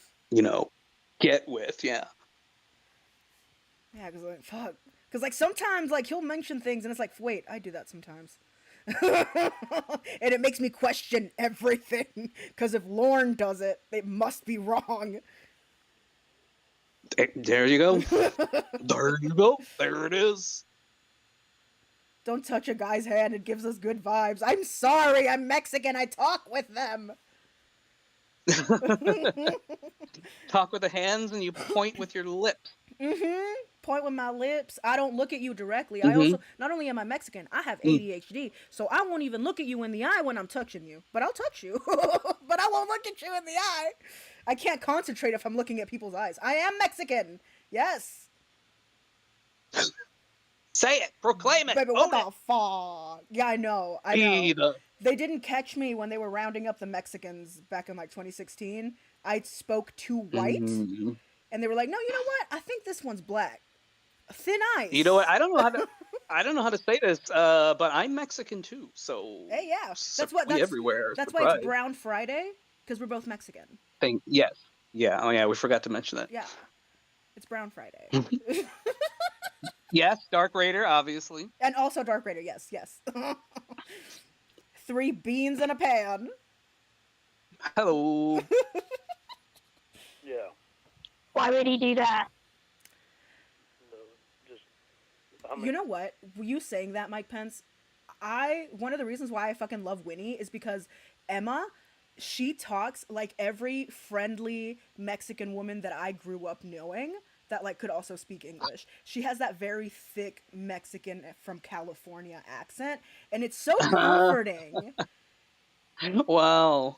It's so comforting because like That's all the amazing. nice Mexican ladies used to talk like the way Emma talks, especially when like she comforts Lorne and like calls him sweetie or whatever.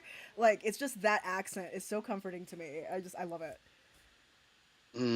But I wish I was related to Emma. I would save her from Winnie.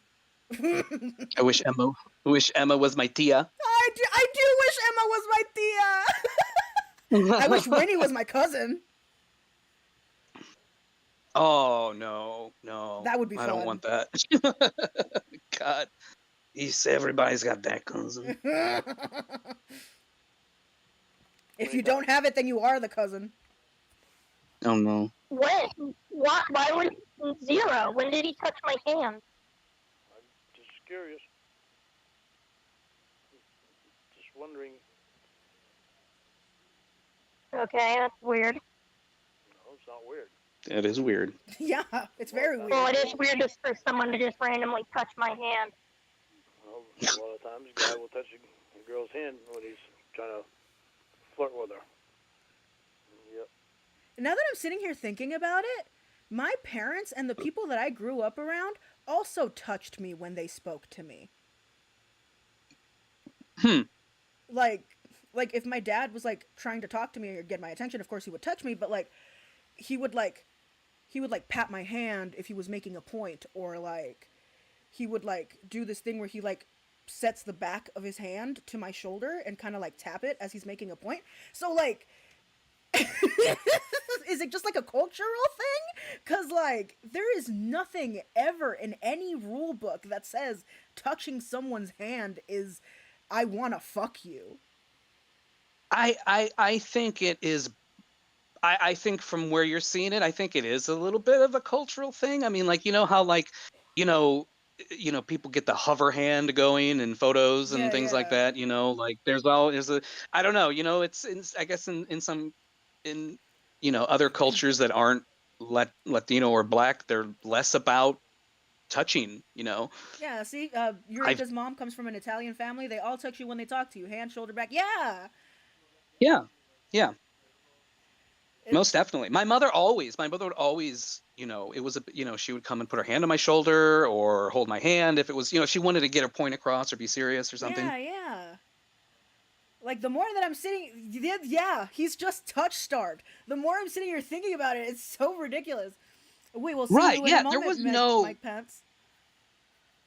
there was no touching and open signs of affection in the Armstrong household. No caressing. There wasn't any show of affection in the Armstrong household. His That's mother didn't. sexual. Yeah, right. There was, his mother doesn't hug him to this day. I mean, for So a good reason, though. Would you hug Lorne? Absolutely not. No. I guess to this day is not that shocking. So, but I mean,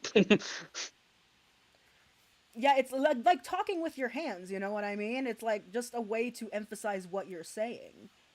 It's like something so simple, something so mundane that most people do, and it's so simple, it's ingrained in a lot of cultures.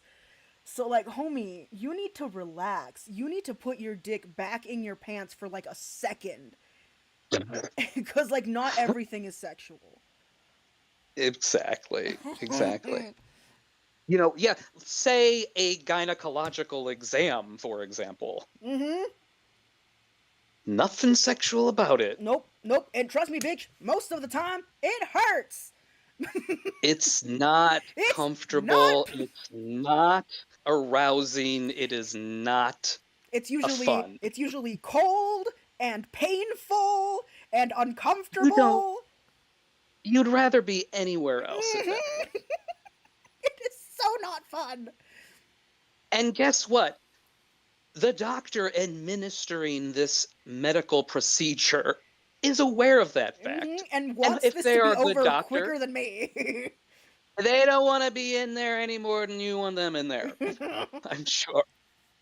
I mean, I'm speaking with the being a man, not going to a gynecologist, but like, listen, if you got a doctor with a finger up your butt. male privilege. Listen, that's not even, I mean, like, whatever. I mean, that's fine, right? I mean, who cares? I mean, normally, wrong time, wrong place, but a finger up the butt every now and again, I think builds character. It builds character. I don't mind. I don't mind. That's for my health. Put a finger in my butt, doctor, for my health. Sir, this is a Wendy's. Did I fucking stutter? Put your finger in my butt. Did I not order the Baconator? I don't know what they serve at Wendy's. I think the Baconator is Wendy's. Yeah. How come you don't hang out with your girlfriends as much as you do with Alex? I said why earlier. I know, but it seems like since Alex has been in the picture, I haven't heard anything about your girlfriends. You asked me that earlier. Yeah, I know. So I'm waiting to see if you're going to realize this. Realize what? Yeah, you want to explain this, Casey? Explain to me why you helped a friend, please.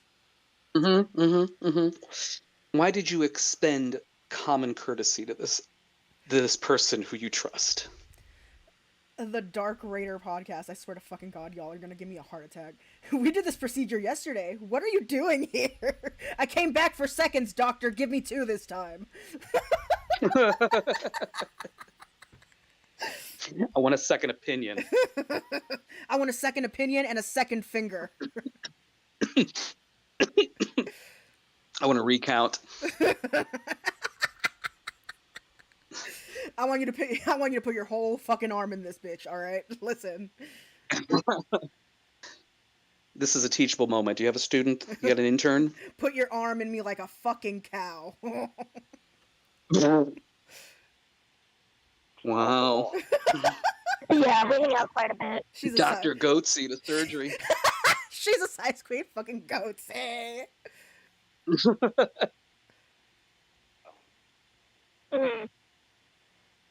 So often do you talk to him on the phone? Well, I call or he calls to see if we want to do something. How many times a week? How many times a week do we hang out? Yeah. 2 arms feels just fine. No! Homie's fucking booty hole has the consistency of fucking bubble gum, man. It's so stretchy.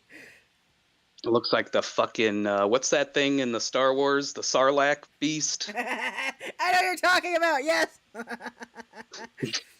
You'll be digested for 100 years.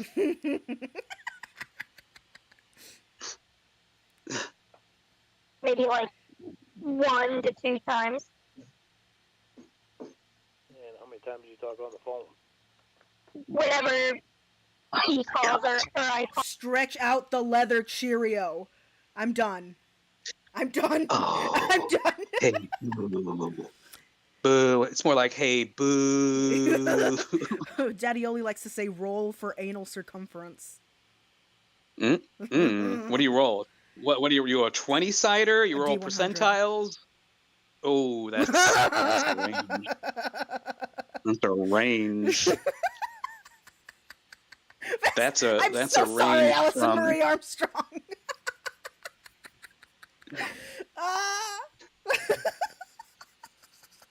that, Okay, we'll try to keep it. We'll try to keep it not gross. I'm sorry. that's a scale from from 0 to Lindsey Graham. Mitch McConnell's delicious neck pussy lips. That's a whole different scale. It makes me so mad. He's got a prettier cooter than mine. Like, how can I match up to this? As soon as you tell me a way to measure succulents, and then we'll talk. As far as I know, there ain't one. Homie's neck out here looking like fucking butterfly chicken breast.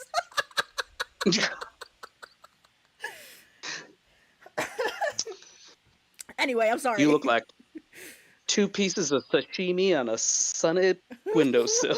Just slapped. A couple of pieces of folded up bologna just slapped onto a window.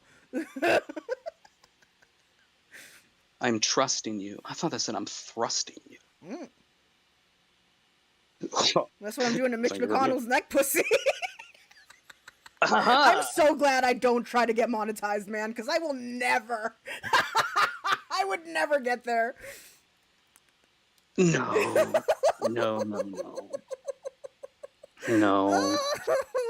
Many infart fractions. I need an adult. I'm so sorry, Evil Little McNuggets.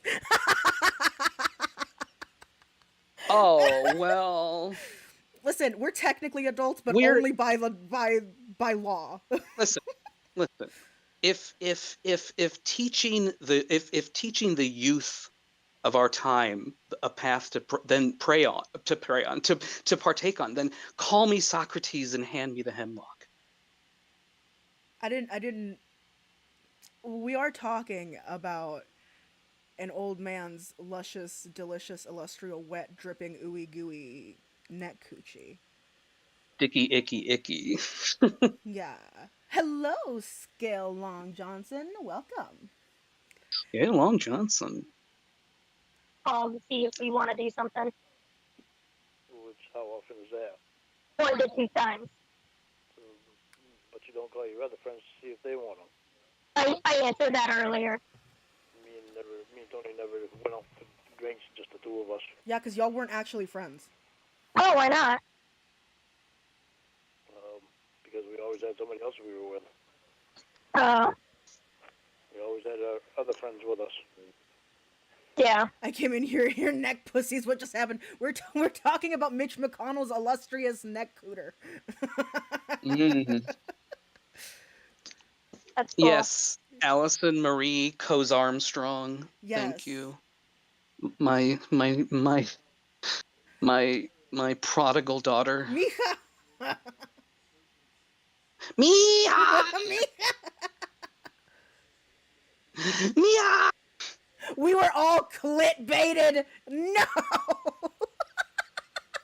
Clickbaited. Clickbaited. That's good. I'm not even gonna turn off the cum box for that. That was good. That was a good one. I like that. I'm too gay for this. I'm sorry. I'll bring in a little bit more dicks. We'll talk about dicks a little bit more. Could you please? Yeah. Could you please? Yeah. Yeah. And Tony's wasn't a girl. So? Tony wasn't a girl. No, Tony was a guy, right? Exactly. Yeah. So there's no need to worry about anything taking place in the meantime. You don't have to worry about anything taking what? place. Man, I wish I could relate. Listen, I would probably fuck anything if it gave me consent. I don't give a fuck. I can't fathom. I could not fathom like doing that. Like, oh, she's a girl, so there ain't gonna be no problems there. Like, no, if she's hot, she's hot, and if I want a bone, I want a bone. Like, he does that. He does that with the later Jamie calls. Like, you know, she was talking about someone she met at a club. I think the name was Alex as well, and he wouldn't know if it was a girl or a guy, and she refused to say, and of course he like had a big fit and raged, and then turns out it was a girl, and then he was laughing about it. It's like, oh god, you know. But like, Jamie's established to be bisexual, so she could just as easily, you know, go home with this woman and fall in love with her. So, but to him it's like, oh well, sure, it's a girl. There's nothing's gonna happen there. Yeah, bitch, we gonna bump coochies. Shut up. Also, Scale Long Johnson, the cum box. It's kind of a long story, but usually I will turn off the cum box whenever somebody makes a joke that is too fucking funny. It is shameful. So right now the cum box is open, so you are free to be as you can be horny. You can be horny. It's perfect. You know, you can also be horny when the cum box turns off. The cum box isn't necessarily for cum. It's just whenever you guys particularly say something particularly stupid is when I turn it off. You know, I mean, regardless of the safety of the space, you know, to come in any space is a privilege. Yes. And you can be abused. Take it away. And it can be taken away. Yes. Hello, Ghibli Bunny. Welcome, darling. Another Mexican. I went down the rabbit hole of jars and boxes, and the nut box story is so disgusting. The nut box? I know about the nut jar. Listen, my child. Oh. The nut box? I've heard of the nut coconut. The cum box. It's a cum box. It's the Reddit cum box. It's a Reddit. So you can put two and two together. Yeah. If it's anything like the cum jar. It's kind of like that. No, that's not what the cum box is from. This is So Daddy Oli used to work in a casino, and this is from a game, I believe, Craps. Oh, yeah. It's Craps. It's the cum line. Yeah. Yeah. So, like, we took that. I have no idea what the cum box is. Oh, God. This is just I was going into... It's internet history. Nope, not a part of it. I've heard of many other cum things, but not the cum box. 2006, 2007, 8 era internet, you know. Yeah. If anybody if you watch the channel Wang, WHANG, Wang is like, he has a video of all these like. Yeah, I love Wang. He's pretty hot. Classic internet moments, you know. Yeah, Wang is amazing. I love Wang. Yeah. Daddy Wangy. The early internet was just cum. Yeah, it was pretty gross. The early internet was pretty gross. I think right, because I was there happening. Like, I mean, like I lived on Reddit during this time, so like I remember being in the Woody Harrelson AMA that he did the video on. Oh my god. Or like I remember when the poop knife happened. Not the poop knife. I'm a veteran, you know, like I'm telling my stories to the younger generation. I totally understand. I remember when Dig was competition for Reddit. Bro, I feel you. Especially like with like the Five Nights at Freddy's movie that came out. Like, I'll sit there and think, I remember when this was happening. Like, bitch, I'm old enough to like have remembered things that happened before. Like it's so weird. Mm. Like I remember, like I wasn't there for it, but I remember like the 4chan attack on the bronies, and like I remember Oh yeah, fucking yeah. the battle against Boxy and the battle against bronies. Foxy. Do you remember Jesse Slaughter? Jesse Slaughter, the consequences will never be the same. The God, listen, don't even. That is the saddest story in internet history, honestly. How old are you, Vast? You're going It's, into a back in my day rant. I'm 26. dude, I said earlier that I lost my virginity in 1993. Yeah, like To what at the time was a new Pearl Jam song oh lord. that is now like 30 years old. And listen, I can say back in my day. Back in my day when I was like 15. When I was like 15 or something. I was 15. I was 15. Yeah, I was 15. Yeah, like So, I also remember like from like Tumblr. I was more of a Tumblr kid. I didn't really go too much on it, but my friends used to. So like they would kind of tell me the jokes, and like I was kind of there for it. I wasn't really logged on. I didn't have a lot of internet access, but like I remember the Obama socks. I remember the fucking death to cis bus. So much fucking whoa. shit that just fucking happened.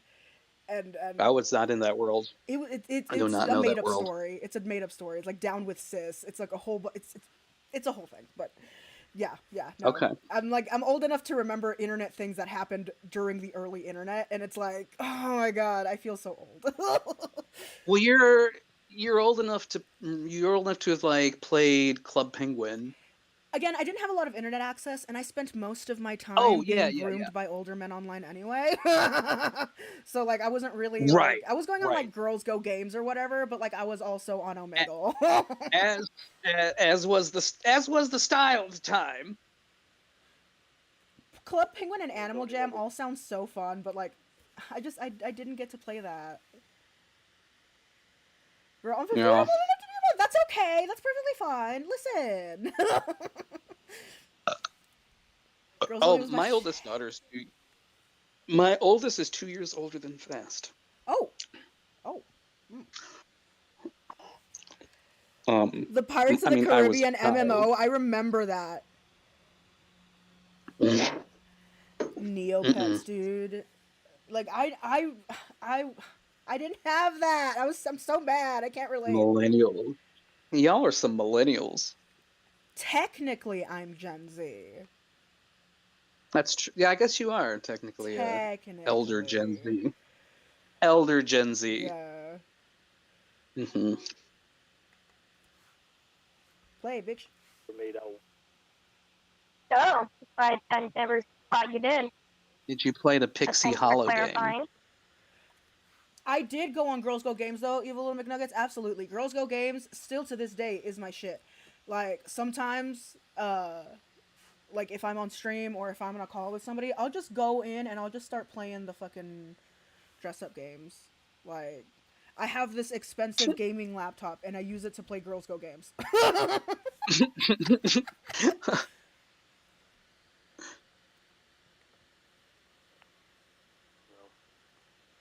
Just thought I'd clarify that you have made out with him.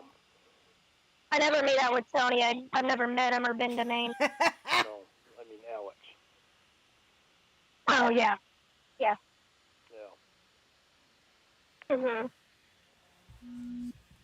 So, is my point getting across at all? I don't know what point you're trying to make. My point is, Good it's question. not appropriate for him to stay the night at your house. Not appropriate. Says who? Says me. Well, that's bizarre. Homie, you thought that grooming a 13-year-old was appropriate. So don't sit here come talking about fucking propriety, okay? No. So right. I mean, like I said, they're not dating. They've barely known each other at this point. And it's not appropriate for her to let her friend sleep at her house without considering his feelings. Bitch, shut the fuck up. Shut the fuck up. Mm-hmm. You certainly shouldn't be going on a date with them. I can decide for myself what I find appropriate or inappropriate. Yes, you can, Okay, Casey. well, if you're thinking about the way that I feel, Oh my gosh, it is so nice to see you as well, the Dark Raider podcast. We will see you next time. Que tengan muy buenas noches y se la pase muy bien, and I will see you next time, homie. and you Adios. know that it wouldn't be appropriate Why wouldn't it be? because you know how I feel. What does that have to do with anything? What do your Right? feelings have to do with what I do? Like, Because you know how I feel about you, and you know what we're trying to Yeah. do. You know what you and I are trying to have. she didn't fuck him though. Okay. Okay. What we're so trying to why would it be have. What we're appropriate? trying to have. You don't have anything. Like, You know, the entitlement that this guy has, you know, because I'm interested in you, you have to consider my feelings and answer to me somehow. fuck that, dude. Fuck You know, that. like so I recently got out of a friends with benefits situation. Mhm. She canceled the benefits. It was open enrollment. Dang. She went with a different provider. That's fine. So, and anyway, we're just back to friends. So, despite the fact that she and I spent very intimate times together on a regular basis, sharing intimacy and intensity and whatever, I have no right to say anything except, okay, it was fun. Thanks. Oh, thank you for your service. And I hope you the best. You know, We that's get all it. I'm entitled. Allison Murray Armstrong, we get it. Anal. We get it. You had your fist up this woman. We understand. Look, I don't fist and tell. How dare you? Not fisted. I'm done. I'm done. Oh my god. Yeah. Eureka's mom, it's totally. So, you know, and it's fine because then I'm sort of then immediately fell back to hooking up with an old friend who this is like third time around. You know, we were like dating together and then time went by and then there were friends with benefits, time goes by and then here we are again. That damn doctor, welcome. It's like, he says, admit it, damn you spit in her doctor. mouth once. Neither confirm nor deny. But like, I don't know, listen, I feel like this should be like, we should normalize, and maybe I'm wrong, but we should normalize fucking your friends.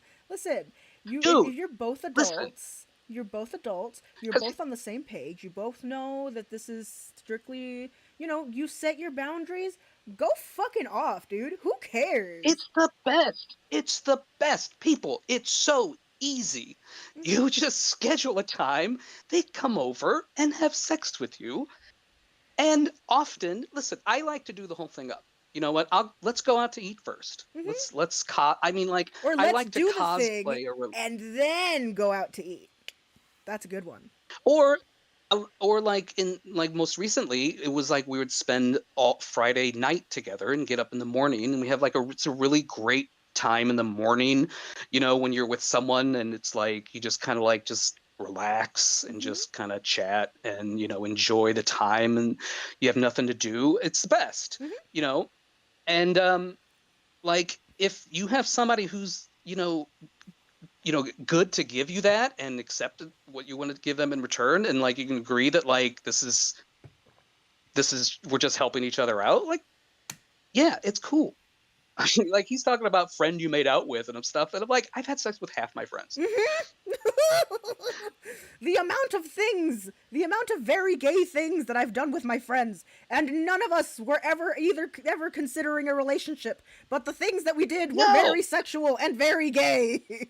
Like, yeah, exactly. And it's like, and you want to know what? If you want to, that's one of the perks of being an adult, because as a child, you can't have that kind of relationship. As somebody who's naive sexually, as somebody who doesn't have experience, you can't have those kinds of relationships because you don't understand those relationships. Absolutely not. I had no business having sex at 15. Hmm. I had no idea what the fuck I not, was not, doing. I didn't know what I was doing.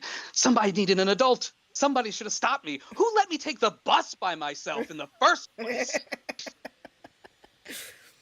What the fuck even that? My child wouldn't even get that far. Oh my gosh. I mean, I just walked the fuck out of the house and got on a bus and had sex. I shouldn't have been out of the What? house in the first place. What the fuck? Yeah, well, you guys, some of you know, Gen Xers, you know what it was. We were raised by boomers. They had a commercial on at night that said it's 10 o'clock. Do you know where your children are? They had to remind them we existed, and it was 10 o'clock at night. And like, hey, but you should probably look for them if you don't see them. Your child's probably dead in a ditch somewhere. What are you doing? Right? I mean, guys like Lauren were out there back then. I encountered them before in the wild, as a wild boy. Me, Tom Sawyer to my friends Huck Finn, going out at night, walking down the railroad tracks, exploring the sewer and shit. Oh, Seriously. you're gonna run into the worst. Yeah, back then we didn't have phones, pages, or anything. We just left and came back whenever. And that was a big thing. Like, I was kind of allowed to do the same thing as well. My parents were very lenient when it came to, like, my social life. So, like, and that was when I had a phone. If I didn't have a phone, I'm very sure my parents would not have let me out the house. Because, like, having a cellular device is so good when you are young and are going out and doing things. Because I'm not going to sit here and say, oh, you should keep your kids locked up at all times. No, let them do whatever the fuck they want. Because if you don't let them do what... Oh. I'm not saying let them do whatever the fuck they want, but, like, within reason, of course. But, like, y'all running around, going to the mall and shit all alone. Just a gaggle of friends. Like, how did y'all survive? How did y'all live? Serenity, 1,000%. We had no cell phones. And even if we had cell phones, we would have needed an attentive parent on the other end of the cell phone. Mm-hmm. And we definitely sure as fuck didn't have that. And we're making plans, we're meeting friends. I remember us guys would get a football game together and have like 13 guys over. I mean, like, there was no how the fuck did we did it? We just called them and had them show up. And I think it's because we're just more aware of the things that are happening. Because, like, I think the danger has always been there, but it was so commonplace that there wasn't much of a reason for the danger to happen as often. If that makes sense. I don't know. I mean, depends on where you were and what you were doing. Yeah, I mean, And out smoking weed in people's sheds. Yeah, a payphone. Yeah. And you call collect. Yeah, I had the pleasure. You dial 1-800-collect. If you dial 10-10-321, and then you call your friend's mom, and you'd have to tell them where you were, and they would have to come get you somehow without GPS. Yeah. Find you in the dark because you tried to go to a party and then you couldn't find the house, and now there's no bus coming back. And you don't know what to do, so you call your friend's mom to pick you up. Oh, and no. there's nothing. You may as well shoot off a flare. You have no cell phone. You have no nothing. You have to find a phone. Yeah, I can't imagine leaving my home without my phone. I am so terrified that I'm going to end up stranded somewhere and then I have no way of communicating with someone. It's so impossible. I hate it. I hate that that's the way I think, but no, man. It is a necessity at this point. Oh, hell yeah. I mean, at this point, you need them to live. Just give it to your kid. I mean, the kids today, they're more responsible than we would have been with cell phones, at 8 years old, Yeah, fuck. I was very irresponsible with my cell phone. But like honestly, Trust I the feel if my children. parents would have just looked, if my parents would have just like given me more attention and would have reacted appropriately to the things that I was doing on the internet, I wouldn't have been as fucked up as I am now. Cause like I spent a lot of my time talking to like older dudes online and like watching gore videos and shit. So like I'm pretty sure if my parents would have just acted appropriately, like, hey, you're not supposed to be doing this and this is why, I would probably have stopped. Mm-hmm. Like I was a good kid, you know. Hi, Kit Kat Meow. Yeah, Welcome. Kit Kat Meow shows up. Oh, but yeah, it's the same thing. I mean, the equivalent of not monitoring your internet access, which it can be extremely harmful to a kid with a developing brain, was the equivalent of them just like not knowing where we were at any time. Yeah. And I mean, You know. yeah, it was a different time. So like, you know, people had different ways of keeping themselves safe back then, regardless. Because I mean, hey, you guys are still here, so like, you must have done something right. Oh, you ended up fine. Yeah. You know, they love to say that.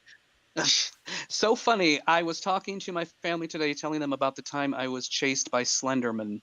Oh. I said, no one asked about the young teen walking alone at 11 in a woodsy area.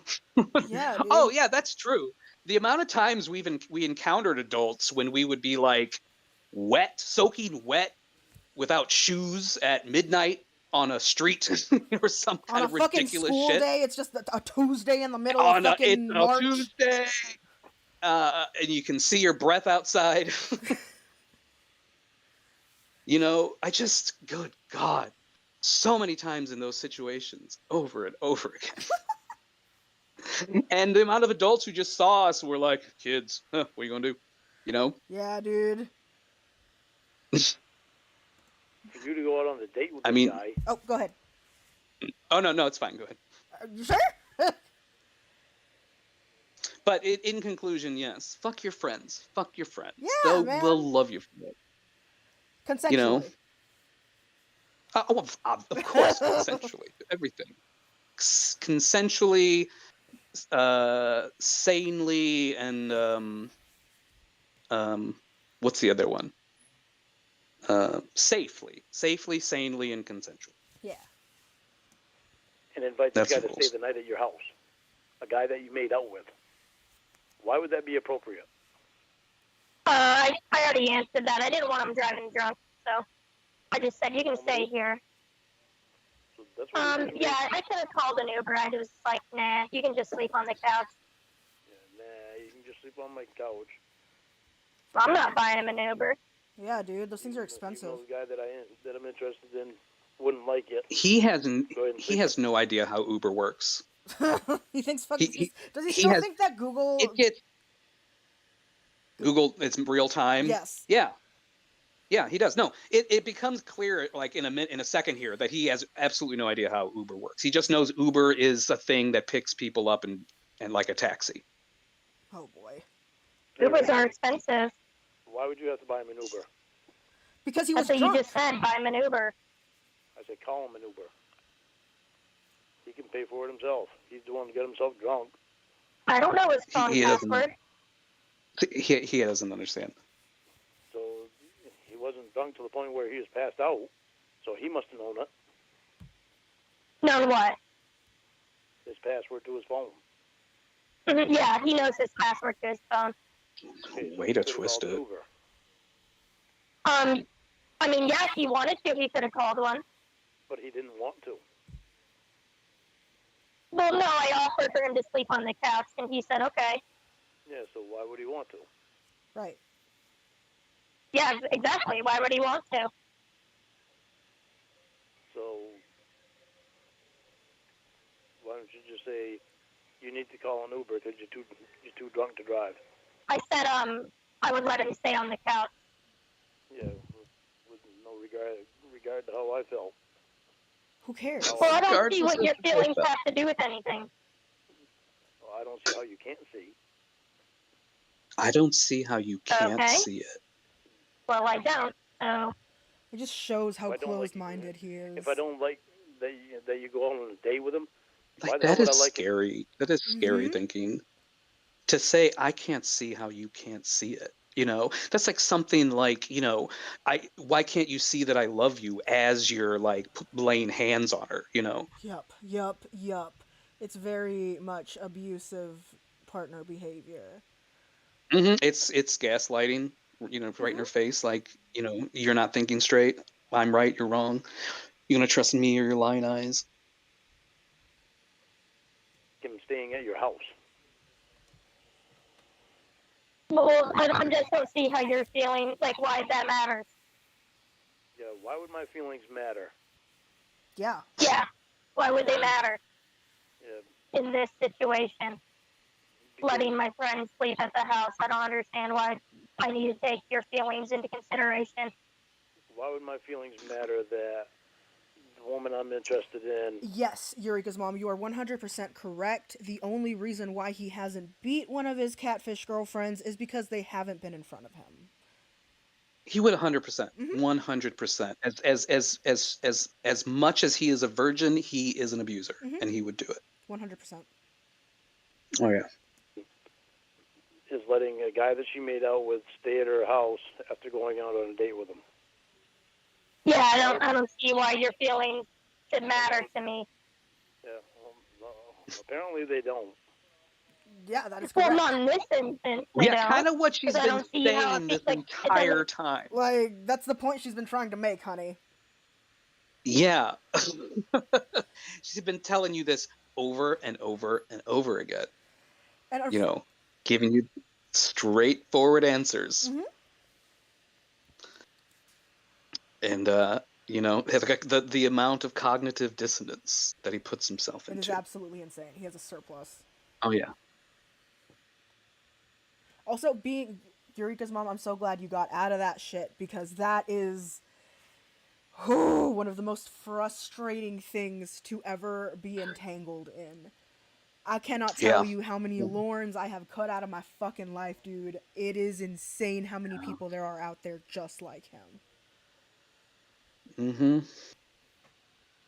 I think a lot of people do. The ones that, like, for those out there who see Lorne as a purely comical character, and I can't see him that way as just a clown, because he's too dangerous and too frightening and too thick to be a clown. But I wonder if it's just that, like, people who see him just as funny and have had less encounters with the Lorns out there in the world. The world is crawling with them, And that's probably that's probably what it is for some people.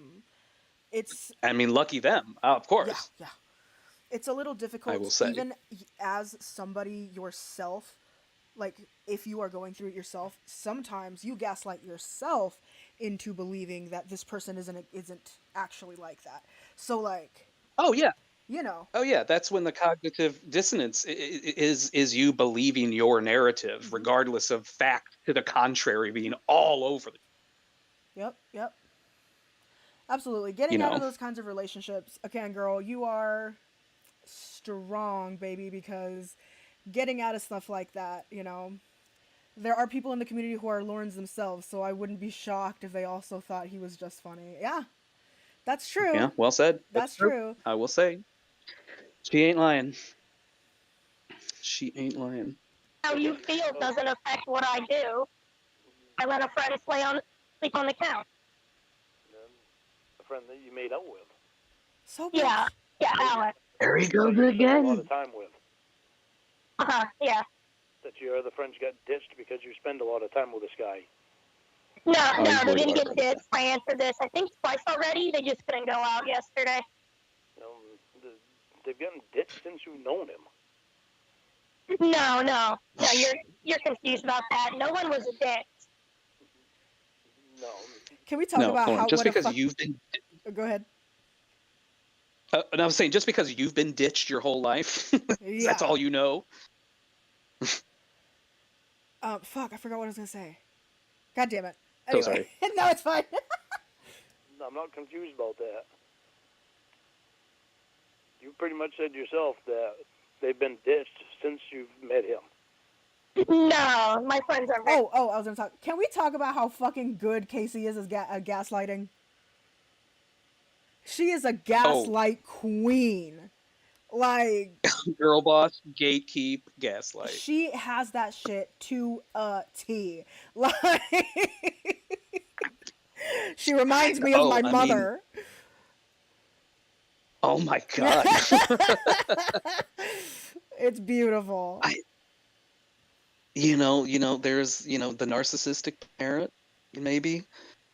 Um, It's so good. It's so I, good. I, I, She's I beautifully think played. it's true because I think that I think Blue Boy did an amazing job because I think he went out there and that the intent was to be, you know, this, unfettering, uh, dismissive version of a woman I to Lauren, to the extent to where like don't even think she's he's gonna dismissive. I think drive himself in. she like just acts the way a regular adult would act around Lorne. Right, exactly. She's condescending. Um, she gives nothing. She gives him nothing back. It's beautiful. She hates dogs. Yeah, that's a Um, red flag. she she hates his singing. She doesn't have phone sex with him. She'll have none of that shit. Things that other catfish gave and did and engaged in freely. She's like, nope, not having it. And Yeah. he's still as at a 10 at all times. Mm-hmm. Yeah, and Serenity says she never loses her temper or fights back. It's because that is so beautiful. She stays so calm the No, entire time. I would be so mad. there are no shouting matches. There's no shouting matches between him and Casey. Yeah, and actually, I kind of miss the shouting matches, but like, it's so good to see him not get I anything he wants. it is true. Like we had to sacrifice the rage, which is always his impotent rage is so entertaining. We had to sacrifice the rage, but in return, we get to see his brain broken And just the disappointment. to where that because of the cracking from the brick wall he encounters every time he tries to, you know, get close to her. Mm-hmm. Just bashing his head against it over and over and over again, getting nothing in return. Voice to And wheelchair. then he Welcome. resorts. Go ahead. Oh, he just resorts to such desperation. Mm-hmm. Yeah, and the reason why he believes, quote unquote, the catfishes is because he just has that little bit of hope. You know. It's true. Hello, one of those weirdos. He even one of those weirdos, the best of all of those weirdos. He even related the story to Casey that he was talking about her in his class, and he was defending talking to.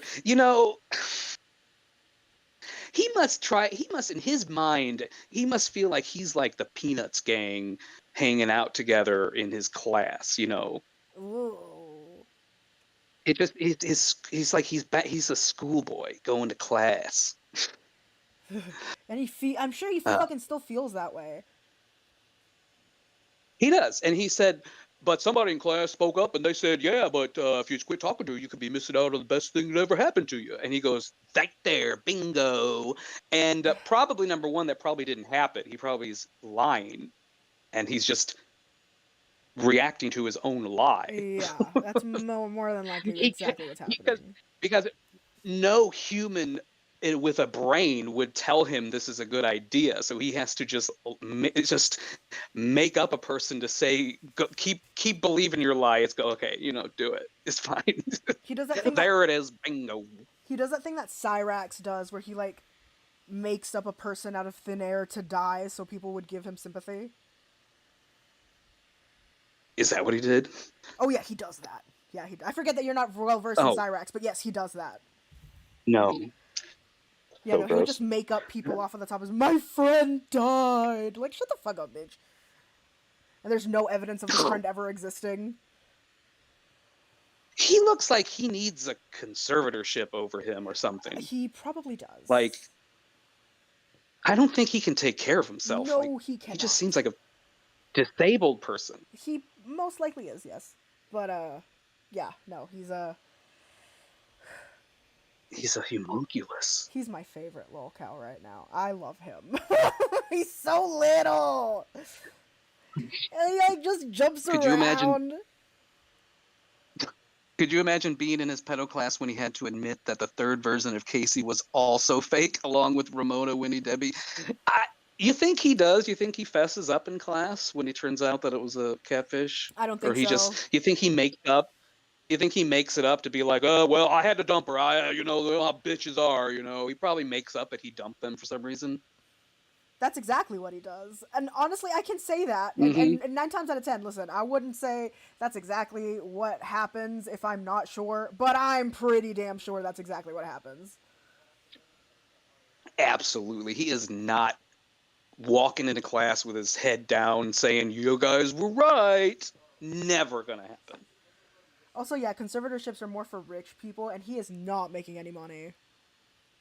Oh, well, maybe I meant like a guardianship. You know, what is it? You know, okay, yeah, somebody has power of attorney and, you know, handles his shit. You know, handles their money and their doctor's visits and shit. Yeah, his mommy handles all that. Right. Marilyn, please go. Very busy, so. And Alex, he lives close by, so I see him more frequently. Well, I remember before you met him, you were going out and doing a lot of things with your friends. Yeah. Yeah. Haven't heard anything about your other friends since you met him. Oh. Oh. Why is she supposed to? This guy just don't want to find his own... His own what? She's not yours. What? Okay. His own what? Oh, go ahead. He wanted to say his own woman. Yeah. He wanted to say his own woman, you know. Absolutely. Because that's his woman. You know, he loves to use the possessive terms. So I'm gonna go ahead and cut it off here. I have some stuff that I want to get done. As you should. But as you should. It was supposed to be a short stream. It's like 3 hours. Whatever. Who cares? But we can do this again whenever you want. I want to do a stream. I don't know if y'all saw on my community tab. I found a YouTuber that goes by the name of How to Smart, and it's a girl who does, you know, little sexy TikTok dances, but she sneaks pictures of her in her underwear and lingerie in the videos. And it's like, it's really nefarious. So like, I wanna cover that channel and like look through it, because they have Fight a check Club mark. Style? Huh? Fight Club style when he sliced in the porn in the Disney movies? Pretty much. Yeah, pretty much. And like, it's she's really nefarious about it, and I want to talk about it. But whenever you're up for it, if you wanna just meet up next week again, or yeah, I mean, Fridays are good for me. So we've had 2 good ones in a row. I think we can do a Friday thing. I like it. Yeah, we can do that. Let's do that. Sounds awesome. All Perfect. right. Hell yeah, Love it. y'all. Okay. Yeah. Well, I'm gonna go ahead and leave y'all. Thank you so much for coming. Do you want to say anything before we leave?